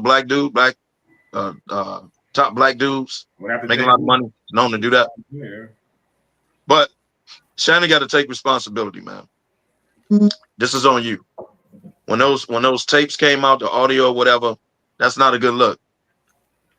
Regardless if it was consensual or not, you are 50-something years old, bro. You messing with a 19-year-old. She's younger than your daughters. So just for some cakes, you willing to mess with this young girl. The tapes, all the evidence or whatever, it's a bad look. They don't like the fact that you blew up coming out of nowhere anyway. You was about to sign a $100 million contract. A lot of people don't like that. Jealous of that. So the first opportunity they get to take you down, bro, that's exactly what's happening. But you put yourself in this position. I blame your friends. Ain't none of your friends, your brother, nobody. I mean, ain't that girl 19, 20? What are you doing? I don't mean he's gonna listen, though. It don't mean he's gonna listen. But where's his circle? By yourself, man, and nobody know. Yeah. No. Because if he was seeing over years, somebody done seen her. Somebody in his circle done seen her. Somebody in his I ain't gonna say his lawyers, but I'm saying his crew. You know, his publicists, his people like that. Oh, they didn't see the girl. Trust. Well, Cam, not to cut you off. Remember, Monique said it. Like, you messed them young girls. Yeah. Said something about white girls. She said it again last night too. Right. So it was known way before this came out that he liked young girls. Well, he had a knock at his door. When he answered the door, this is what he saw. He heard, man, he saw that and heard the move. Heard the music. Doom, doom. That's what he saw. That's messed up, by the way. But now you didn't messed over $100 million. You let $100 million go out the door. You like that? ESPN, you're done. I wonder, like Club Shay Shay and Nike, that's all under Colin Cowherd's company. It's not Fox, but it's Colin Cowherd and the other dude he be on this thing with. That's their company. Yeah, they media. That's the media company. So he's under them. And I wonder how Colin them like, hey man, we can't be associated. Look, hey, we don't know what's going on. So you mess. ESPN is done. It's just a matter of when they announce it. But they already announced it when they told him when he said he stepped down. They announced it. No, but he stepped down. He's supposed to be coming back for the NFL season, so they're gonna announce it somewhere. That's what he said. I'm just saying they're gonna, they're gonna announce it at some point. When Stephen A. say, "Hey man, I brought him on, love the brother, consider him a friend, but the bosses are talking." Yeah, that's over my head. So if Stephen A. say that, I can't say he gone. Well, Stephen that's on standard though, bro. And like real quick, when I tell y'all I never will mess with a girl younger than my daughter, everybody looks at me like I was crazy. Oh man, You gonna mess with one of them younger? No, I'm not. No, So that ain't never happened. 19, 20? Like, what are y'all talking about? Right.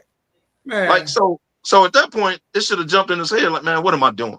Like, what am I doing, bro?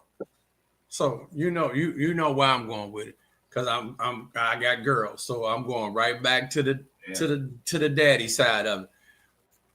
He lucky Tony Buxby came out with it before I did, because it'd have been a different type of situation, different law, different case. It would have been a different type of case had a real father found out about that. Dude, my youngest is 17. She finna be 18.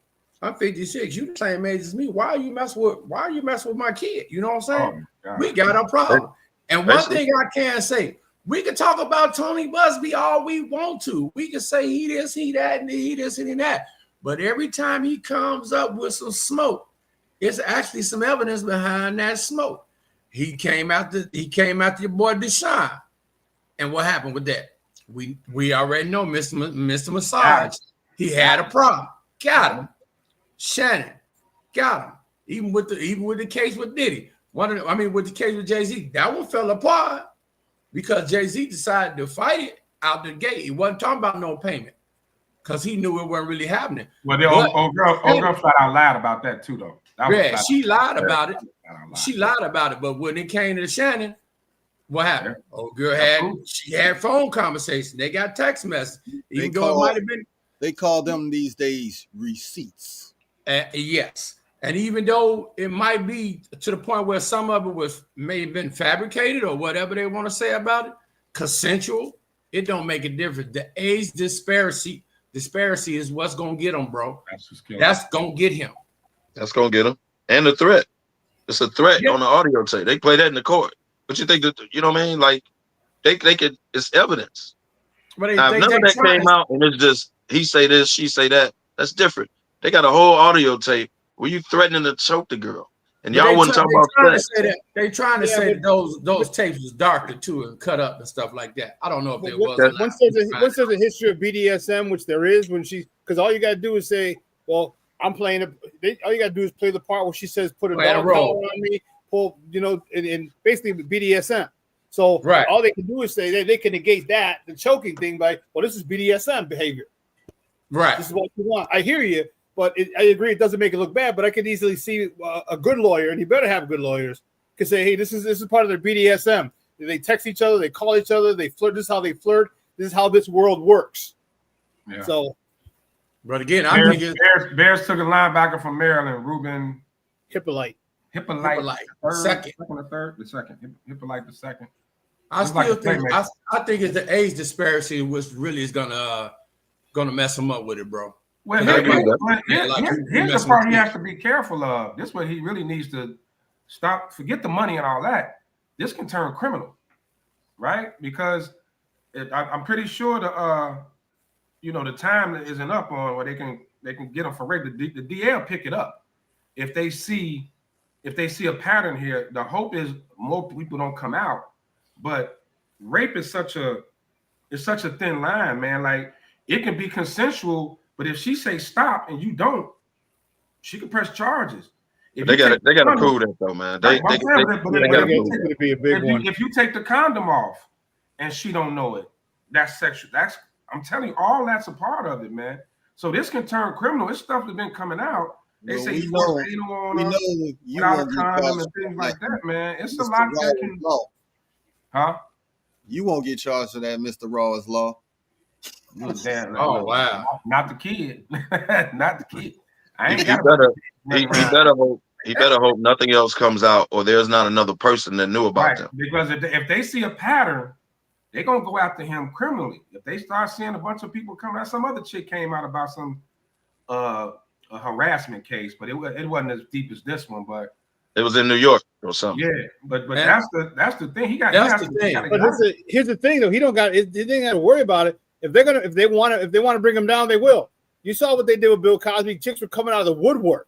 And that's what I'm saying. Out of the woodwork. Shannon, you better hope it don't start coming in. Just like with Deshaun. It started off with one girl. The next thing you know, here come everybody. 100 masseuses coming out. Yeah. I didn't know they had that many massage parlors in Houston. Exactly. And you got to visit all of them with your football schedule? Come on, man. Right. But if they want, and you had a girl? Right. If they want you, they'll get you. They'll make sure that they'll have people coming out of the woodworks for you. And he'll be like, I didn't even met this one. Oh, yeah, we did.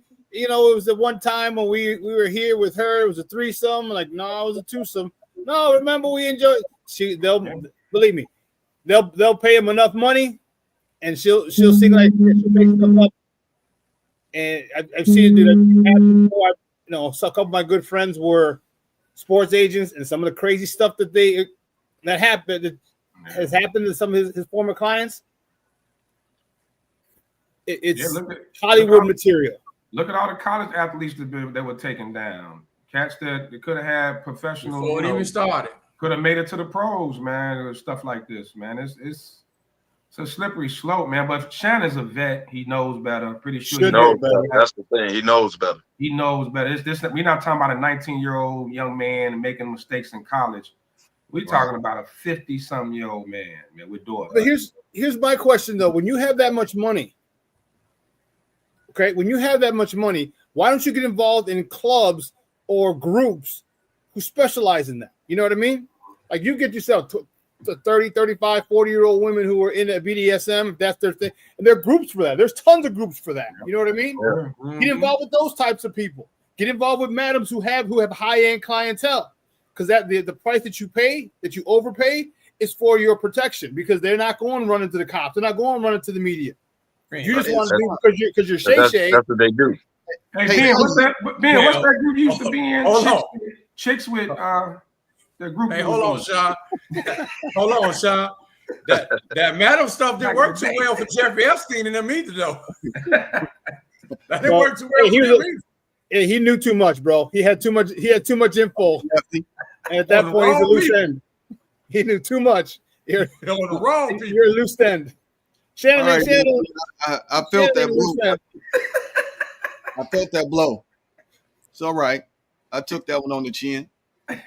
Whoa. I missed you. You hit the one, man. You hit the one left. Okay. The chicks with the you hit him with what? Hey. Nuno, he deactivated his account. He good now. That was in his backsliding days. Wow. Days. Dang. Okay. All right. Hey, look. I like that. That was a good one. Okay, I got you. We got all left, man. So we're gonna switch over to the NBA, man. Playoffs. I'm gonna go out and say the playoffs have been so physical. I haven't seen this type of physical play in the NBA 10 years. I mean, it's super physical. From the Celtics and the Magic, from the Bucks and the Pacers. I mean, the Houston and Golden State. I mean, it's been physical as hell. It's like the referees, that whistle that's around their neck, they just put it away. Okay, yeah. Put it away. Now, some people like it, and that's more so older fans, because that's what we used to. These new fans calling for heads like, what? You can't do this. Just like Houston, the way they've been holding Steph. Every play, they ain't got his shorts, they bumping them. Play through it. But once you get into the where you hurting players, like the Boston Magic series, I mean, what did they have? Three flagrant fouls Friday night's game. You know, yep. It's like and Porzingis looking like Rocky Balboa. Created a finger from it. You know, it's getting wild. It's getting wild. So what's your thoughts so far on this first round of the playoffs? Kev, I'll let you jump off first. I don't have a problem with it. I think it's some good series. I don't have a problem with the physicality. Get over it. It's basketball. So I don't have a problem with it. The Detroit series is rough too. Every other play, it's a tussle. It's a tie-up. It's a push here, push there. Somebody face. That's just basketball, dog. I don't have a problem with it whatsoever. I think the series have been good. Even though Memphis is gonna lose today, four straight. It's a sweep. Jai ain't playing today, so it's over. That's gonna be the only sweep. So other than that, we done had some good series. They gonna go back and forth. It's gonna be a good series. I think Golden State gonna lose tonight. I really do. Watch your mouth. I'm just trying to tell you, injuries, like you know how the playoffs always turn out. Injury here, injury there. Take a dude out the series change. Like that's just the NBA, man. I love the playoffs. Let's get it. Like it is what it is, bro. And to the referees, if you're gonna let it be physical in the first round, don't you dare stop this the second round, the conference finals. Like this is what it is. Y'all setting the tone. Don't change it up, man. PG. Hey, I agree with Kev, man. This is basketball. Basketball has always been a physical sport until they start taking the physicality out of them and doing these ticky-tack touch foul. I like the battles, man. It's good for the sport to me.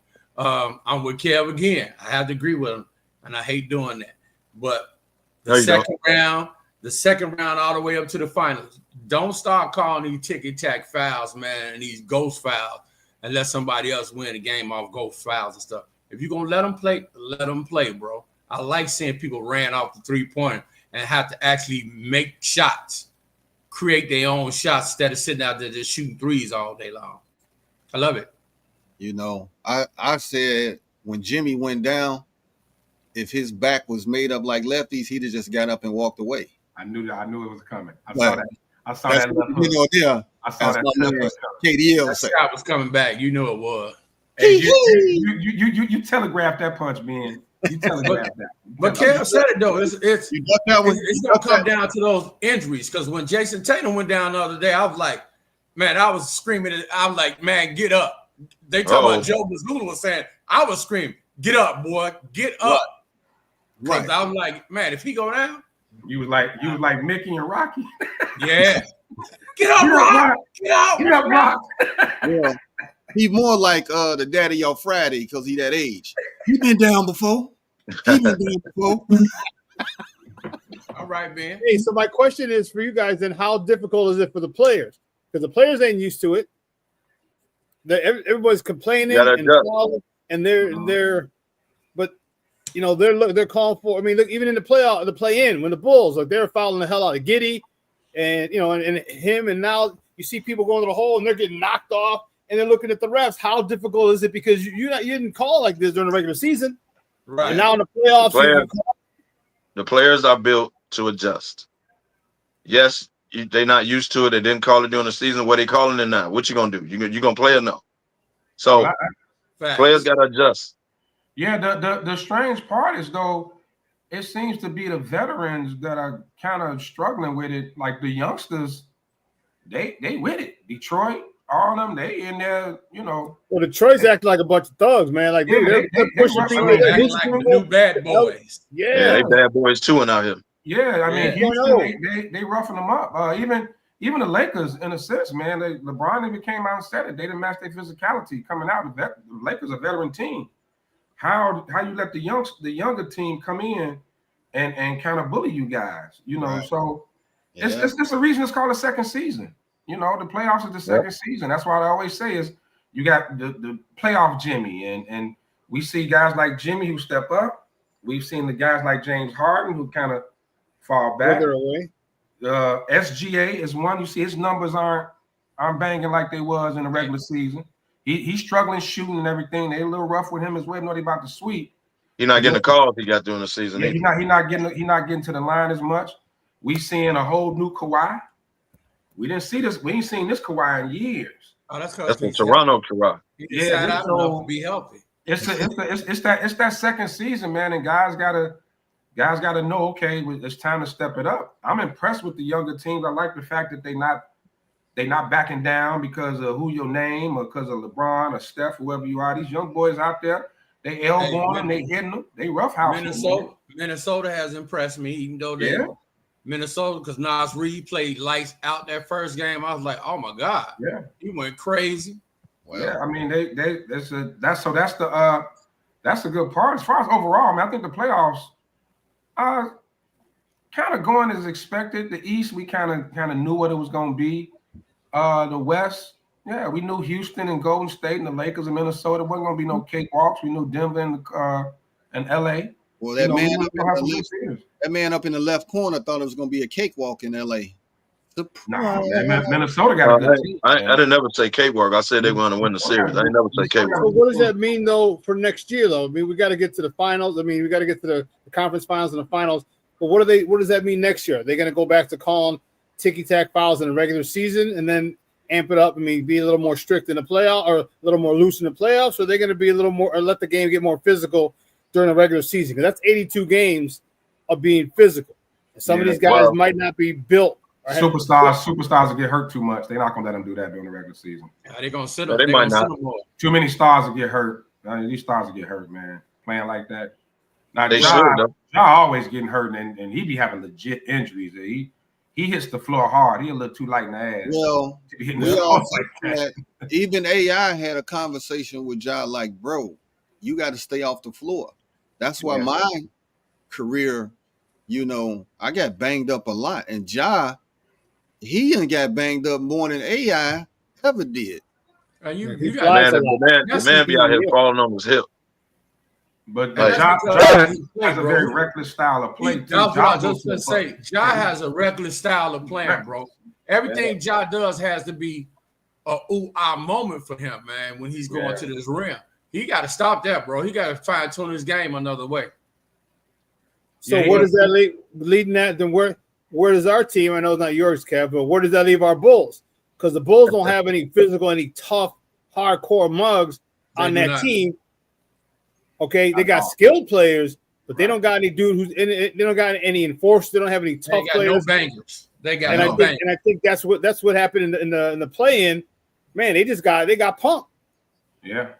Yeah. They act like they look like they were still in the locker room, bro, for real. They got slapped around for real. You can handle that over the summer. But every team needs that so-called tough guy. Now, some of these teams got some fake tough guys, and some teams got some real tough guy goons. Like, Stewart in Detroit. Goon. Stewart is a thug. He a goon. And he hurt right now. Yeah, so he ain't even been in the midst. All this stuff been going on with New York. He ain't been out there. He's hurt. Steven Adams. He not a thug, but he a goon. Yeah, he's a goon. He a goon. He the modern day Charles Oakley. Hey, hold on, Ben. Before you go, you notice when Stewart went out hurt, when Karl Anthony Towns started balling? Yep. Cat started balling when Stewart went out. He's another one of those soft people. Like he went to the cup and someone was standing there. It was a foul. It was a defensive foul, but he didn't get the call. And he's complaining and crying. And like, man, stop the bitching, stop the crying. Get physical with him. I don't understand. Get physical with him. Especially if they're gonna let you play. Push the envelope, see how far you can go. Karl Anthony Towns, you ain't 6'3", 195, dude. You're a big boy. You got some meat. Right. Get your big ass down there. Move around. And the media was like, well, how do you feel about this loss? And he was like, he fouled me too much. I'm going to go home and drink some wine. Ain't nothing wrong with drinking wine, but not in the media. I'm going to go home. You don't say it. Pop this bourbon, and I'm going to get myself right for the next game. I'm going to sip wine. Ron said he's going to drink wine before. But especially when we come from an era when people like Rodman went to the weight room right after the game. Right. Exactly. and after party. For 30 minutes. He went to Vegas and he tooted an 8-ball and then still came back and played. And went to the gym after partying. Right. Matter of fact, spent the whole night in the gym and then go to sleep and played the next game. Yeah. It's like, come on. Yeah, but Cat, that's always been the book on Cat, though, that he saw. You know what I mean? But his eyes lit up when Stewart got hurt. Well, Jimmy said that. He lit up when Stewart, because Stewart is physical. He's physical. He wants the contact. He wants the smoke. He don't care about fouls. Right. He's that dude. Remember, Jimmy, that was the reason Jimmy didn't last in Minnesota, because when he was there, it's like, these dudes are soft. And then Jimmy was hard on him. It was soft. And they said they can't take any pressure, they can't take any heat, any criticism, any physicality. And Jimmy was kind of giving them that tough love, and they're like, leave me alone, Coach Tibbs, help me. It's like, come on, man. But that happened with him. It happened in there and in Philly with Ben Simmons. But look, and look at, you can look at this Lakers series. Julius Randle, he with it. The physicality. Yeah. He's always been about it. Yeah, Carl Towns, right? He's always been about it. Yeah, and all of it. We just said something. He said it's gonna be foul. It's gonna be foul until LeBron cries and Detroit starts pushing the line a little bit. So if Detroit starts crossing the line with that physicality, it's gonna be if superstars get hurt though. I've never seen the reaction from the physical play the way the Joker was hot the other night. They was physical with him, and he just lost it. He wasn't right. Yeah. They was banging him. He got to adjust, man. That is what it is. That's what I'm talking about. Like if you and I take a flagrant one. You get too close when I come down and I accidentally bowl your nose and break that shit wide open. Oops, sorry. Yeah. Sorry, don't come too close. Hey, that's like around and find out. That's what happened to Porzingis. Porzingis caught that elbow. They opened him up in the forehead. And then sitting ran out there with the scary part is don't do that to the Jokers. His brothers will jump out the stands. Right. Yeah, come running. We'll be waiting in the parking lot. They must not have been at the game the other night. They must not have been. Because, man. And then they sent my boy Porzingis back out there with a tampon on his head to shoot his free throws. I'm like, man, what is this? What is this? But I was surprised with Joker because Joker, they pretty physical with him. He has scratches on his back and everything at the games. Like, he's always pretty beat up at the games. But the thing is, the Clippers with Big Zubac over there, they got somebody big enough. Yeah, Zubac the big boy, man. Yeah, they got somebody big enough to bang with him and give him problems on the defensive side. Right. And Zubac about it too. He don't care. Yeah. Yep. You get a lot of foreign people from like war-torn countries and stuff, so they don't back down for nothing. Mm-hmm. A lot of people think that people here in America are hard and tough. You grow up in a war-torn country and you see people die. You know what I'm saying? The stuff that they've seen, dude, that ain't nothing. They ain't backing down one iota. Countries where they tossing hay at 3 years old. They're shooting at 5 years old. They get their own little AKs. That's probably why they've been keeping the Joker brothers away from the game. Right. Hey man, we can't have y'all at the game, bro. Right. They with the shit. They like, okay, he taking out the pistol out his hip. He got one in his backpack. He's like, bro, you can't bring all this in the stadium. Hey, you come in the players' entrance, so they can't screen you. You always got them cats that go to the bar looking to fight. They go looking for fights. That's them boys. Right. And they're big. They ain't no like 5'8", 5'9" mugs. They're they big dudes. Yeah. But I think that's more of a matchup thing. Like it's going to show. Usually Joker's a big mismatch, but Zubac is, man, on both ends. Zubac's giving them problems. Yeah. And it don't help that Joker can't get off the ground. Yeah. There'll be a lot more bigger guys that have been drafted recently who are pretty skilled. Maybe obviously not as skilled as a Joker, but they're skilled and they got size, they got mass, they got weight in their ass, they getting pushed around like the one who we were just talking about again. Zubac and the kid Eddie from Memphis. Purdue. I forgot what team he's on now. Like there's another big dude. Yeah. Edie. You know what I mean? Like you're starting to get a lot more bigger, more. No, I don't want to say no Diddy. You know who I can't stand? The big boy from Houston, Cigars. See, my ball, man. He can ball, dog. He putting in work. I like him, man. That dude be killing, man. I like him, but I don't like him against my Golden State right now. But he putting in work. And that dude be killing. Work, baby. Well, y'all ain't got no size, so he gonna stand up. Next year, y'all got to address size, bro. Yeah, they do. What's up, Brandon? What's going on, They need some size. Man, I'm telling you, he putting in work, and I don't. Draymond can try all his He little. be pissing Draymond off. He got Draymond pressure 190 over 120. Draymond be pissed. But what I like about him though, even when Draymond try all that, he'll still go right back at him. Still go Yep. Right back at him. Does not keep. But I think out of that is Udoka though. Let's give Udoka his props. He got them boys tough, man, and that comes from him. That's the type of coach he is, man. And But bro, boys, Draymond ain't got them boys, man. If Udoka wouldn't have his indiscrepancies, he would be the one with the championship rings. Definitely. Besides Joe Mazzulla. Well, He got that was the squad. Yeah. You do understand, you got to be crazy if you cheating on Nia Long. That's number one. Well, that's a good point. Number two, you got to be crazy if you go cheat with your boss's wife. That's number two. That was real wild. And he hadn't even been there yet. He had just got there and moved all the way up to the range to the wife. Right. But and wasn't she a Snow Bunny as well? Yeah. Yes, she was. Yeah, the other girl, yeah. So you're gonna cheat with right the boss's wife. You're gonna cheat with a rich man, a wealthy man's wife who happens to be your boss. Not a very smart move. He has to attend the holiday parties via Zoom. He can't come. You got to be It's on safe Zoom to say these guys need to stay away from the snow. The snow is melting. Stay out of that snow. Hey, Cat Williams said it on Shay, man. He goes, keep messing around with them. Because they can take you down in 2 weeks. Easy setup. And he talked about Shannon yesterday too. Yeah. He talked about Shay last night too. Easy setup. Man, I could just imagine how that show went last night with them Shay jokers, boy. Man, him and Monique.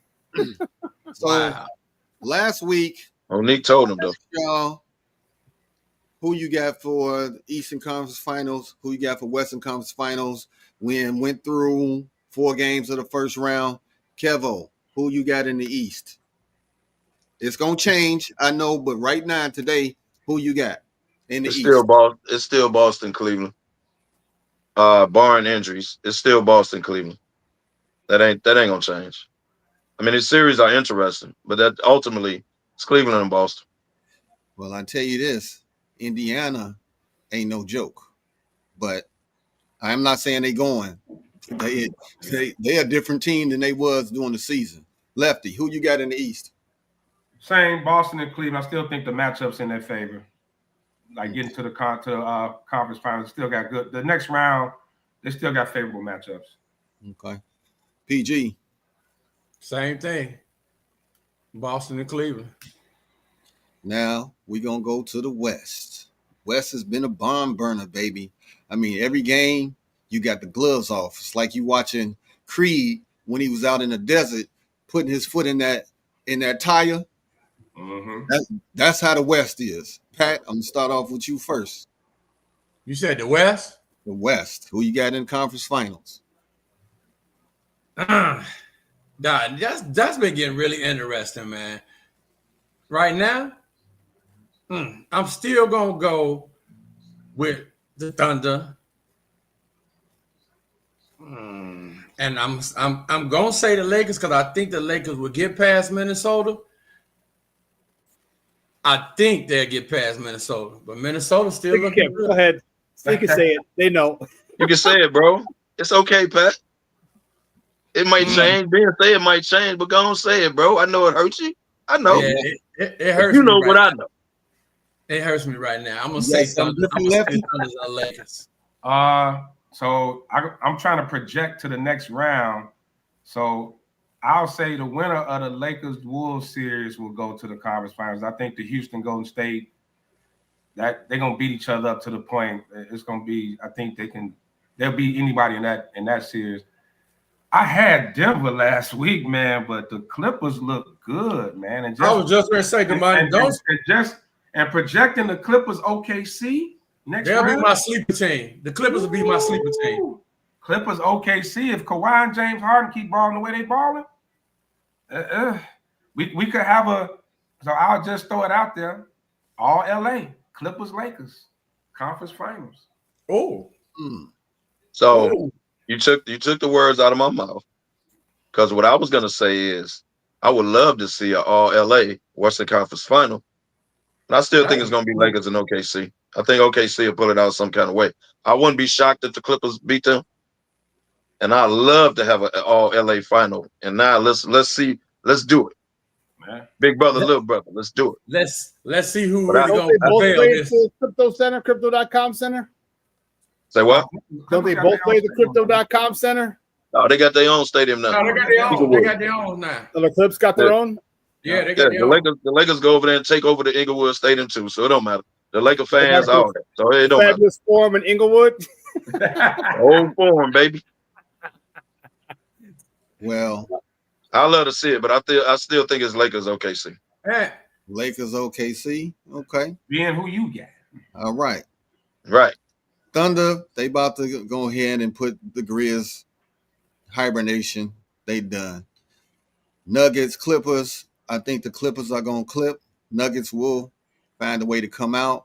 And you got the Thunder versus the Nuggets. And I'm going to go with the Thunder. Right? Okay. Now, let's go to the other end of the bracket. Lakers, Wolves. Well, you got the hat on, so we know who you're going with. right. I got the Wolves sending LBJ to Cancun. And then the Warriors if Jimmy can play and at least give 20, I'm going to go with the Warriors versus the Wolves, and that means Jimmy is going to be okay. So it's going to be the Thunder versus the Warriors. That's where I'm going. Surprise, surprise. Can I say it for you, Kev? So Can I say it for you, Kev? Are you high? exactly. Are you high? So you think a man with a pelvic contusion? If they meet, you think the Warriors gonna take out the Timberwolves? Yeah, they own the season. If Minnesota beat the Lakers, they for damn sure gonna beat Golden State. They own So the if they get past the Lakers, they for damn sure gonna be Golden State, dog. First of all, let me break down your Lakers for you. They can't stop nobody in the paint, bro. That is not playoff recipe. Size is a problem. Not a playoff recipe. I got no argument with that. So, and the way Ant-Man was putting Luka on the yo-yo and then driving to the bucket, and I'm gonna tell you right now, I know he 40. The man tired, bro. He tired because he ain't getting no help. Well, he shouldn't have to run off 40 either. He shouldn't have to do that. He ain't getting no help, man. Well, he's not gonna run off 40 like that. But Luka not gonna shoot like that again, like he did last. Right, and Luka always have a game here and there. Like if you notice in the series, the first two games, Luka was averaging 20 in the first quarter. Yeah. The problem is everybody stands around and watches that. So now Reeves can't get involved. LeBron's stepping back. LeBron know he can go anytime he wants. Yeah, this is my last point on But Luka. they're not putting everybody together. I got a problem with Luka and how I guess they running this offense. You got 16 to 20 points in the first quarter, and you end up with 30, just 30. Yeah. Those should be 50-point games for you, bro. He disappears in too many quarters. That second quarter, third quarter, he disappears. But that's neither here nor there. We'll talk more about that next week. We need our party shots. PG, where you at? Hey, man, I just want to thank everybody for tuning in today. It's been a blast. I love the conversations we had. Hopefully, if you ain't doing nothing, come see us tonight at the Water Lamont. We're going to be celebrating Fred Mack's birthday, his 60th birthday. Real cigar style tonight. KDL. Sentiment to thanks everybody for tuning in. Appreciate the love. Appreciate the comments, y'all. It means y'all paying attention. Appreciate the love. Tonight, we're going to get it in. My man Max 60th. We're going to get it in. Next Saturday, May 3rd, if y'all ain't doing nothing, it's Kentucky Derby on that day. Go out and get your Derby gear. Act like you just going to the Derby. And come kick it with us next Saturday at Platinum. 2 to 8. We in the building. Wear your best hat, which is going to stun everybody. I will have on a hat next Saturday. Carry on. Carry on, though. Come on, for real? Yo, hey, your hat. You get your hat from AR Elite? Damn. The funeral? Off a funeral? Come on, dog. Come on, Lefty. Hey, Kev said it best, man. Join us next week. Oh man, we kind of bad, man. But rest in peace, Mongo, man. Steve McMichael. Yes, Right. sir. Bear Oh, yeah. legend, and for us wrestling fans, 4 Horsemen. You know, rest in peace, man. Long battle with ALS, man. So rest in peace to Mongo. Yeah, man. Tonight, happy 60th to our boy Fred Mack, man. 20 for the 3rd time, brother. Great job last night. See you tonight as well. And hey, stay tuned. Still got some big stuff coming. Houston, we got a problem. We're just gonna leave it at that. Houston, we got a problem. All right, fellas, it was a beautiful ride today. We had a lot to talk about. We have a lot to talk about next week as well. But as I say at the end of every show, where there's smoke, There's fellas, baby, Fella. and Gandy. and the Titanic. That's messed up, man.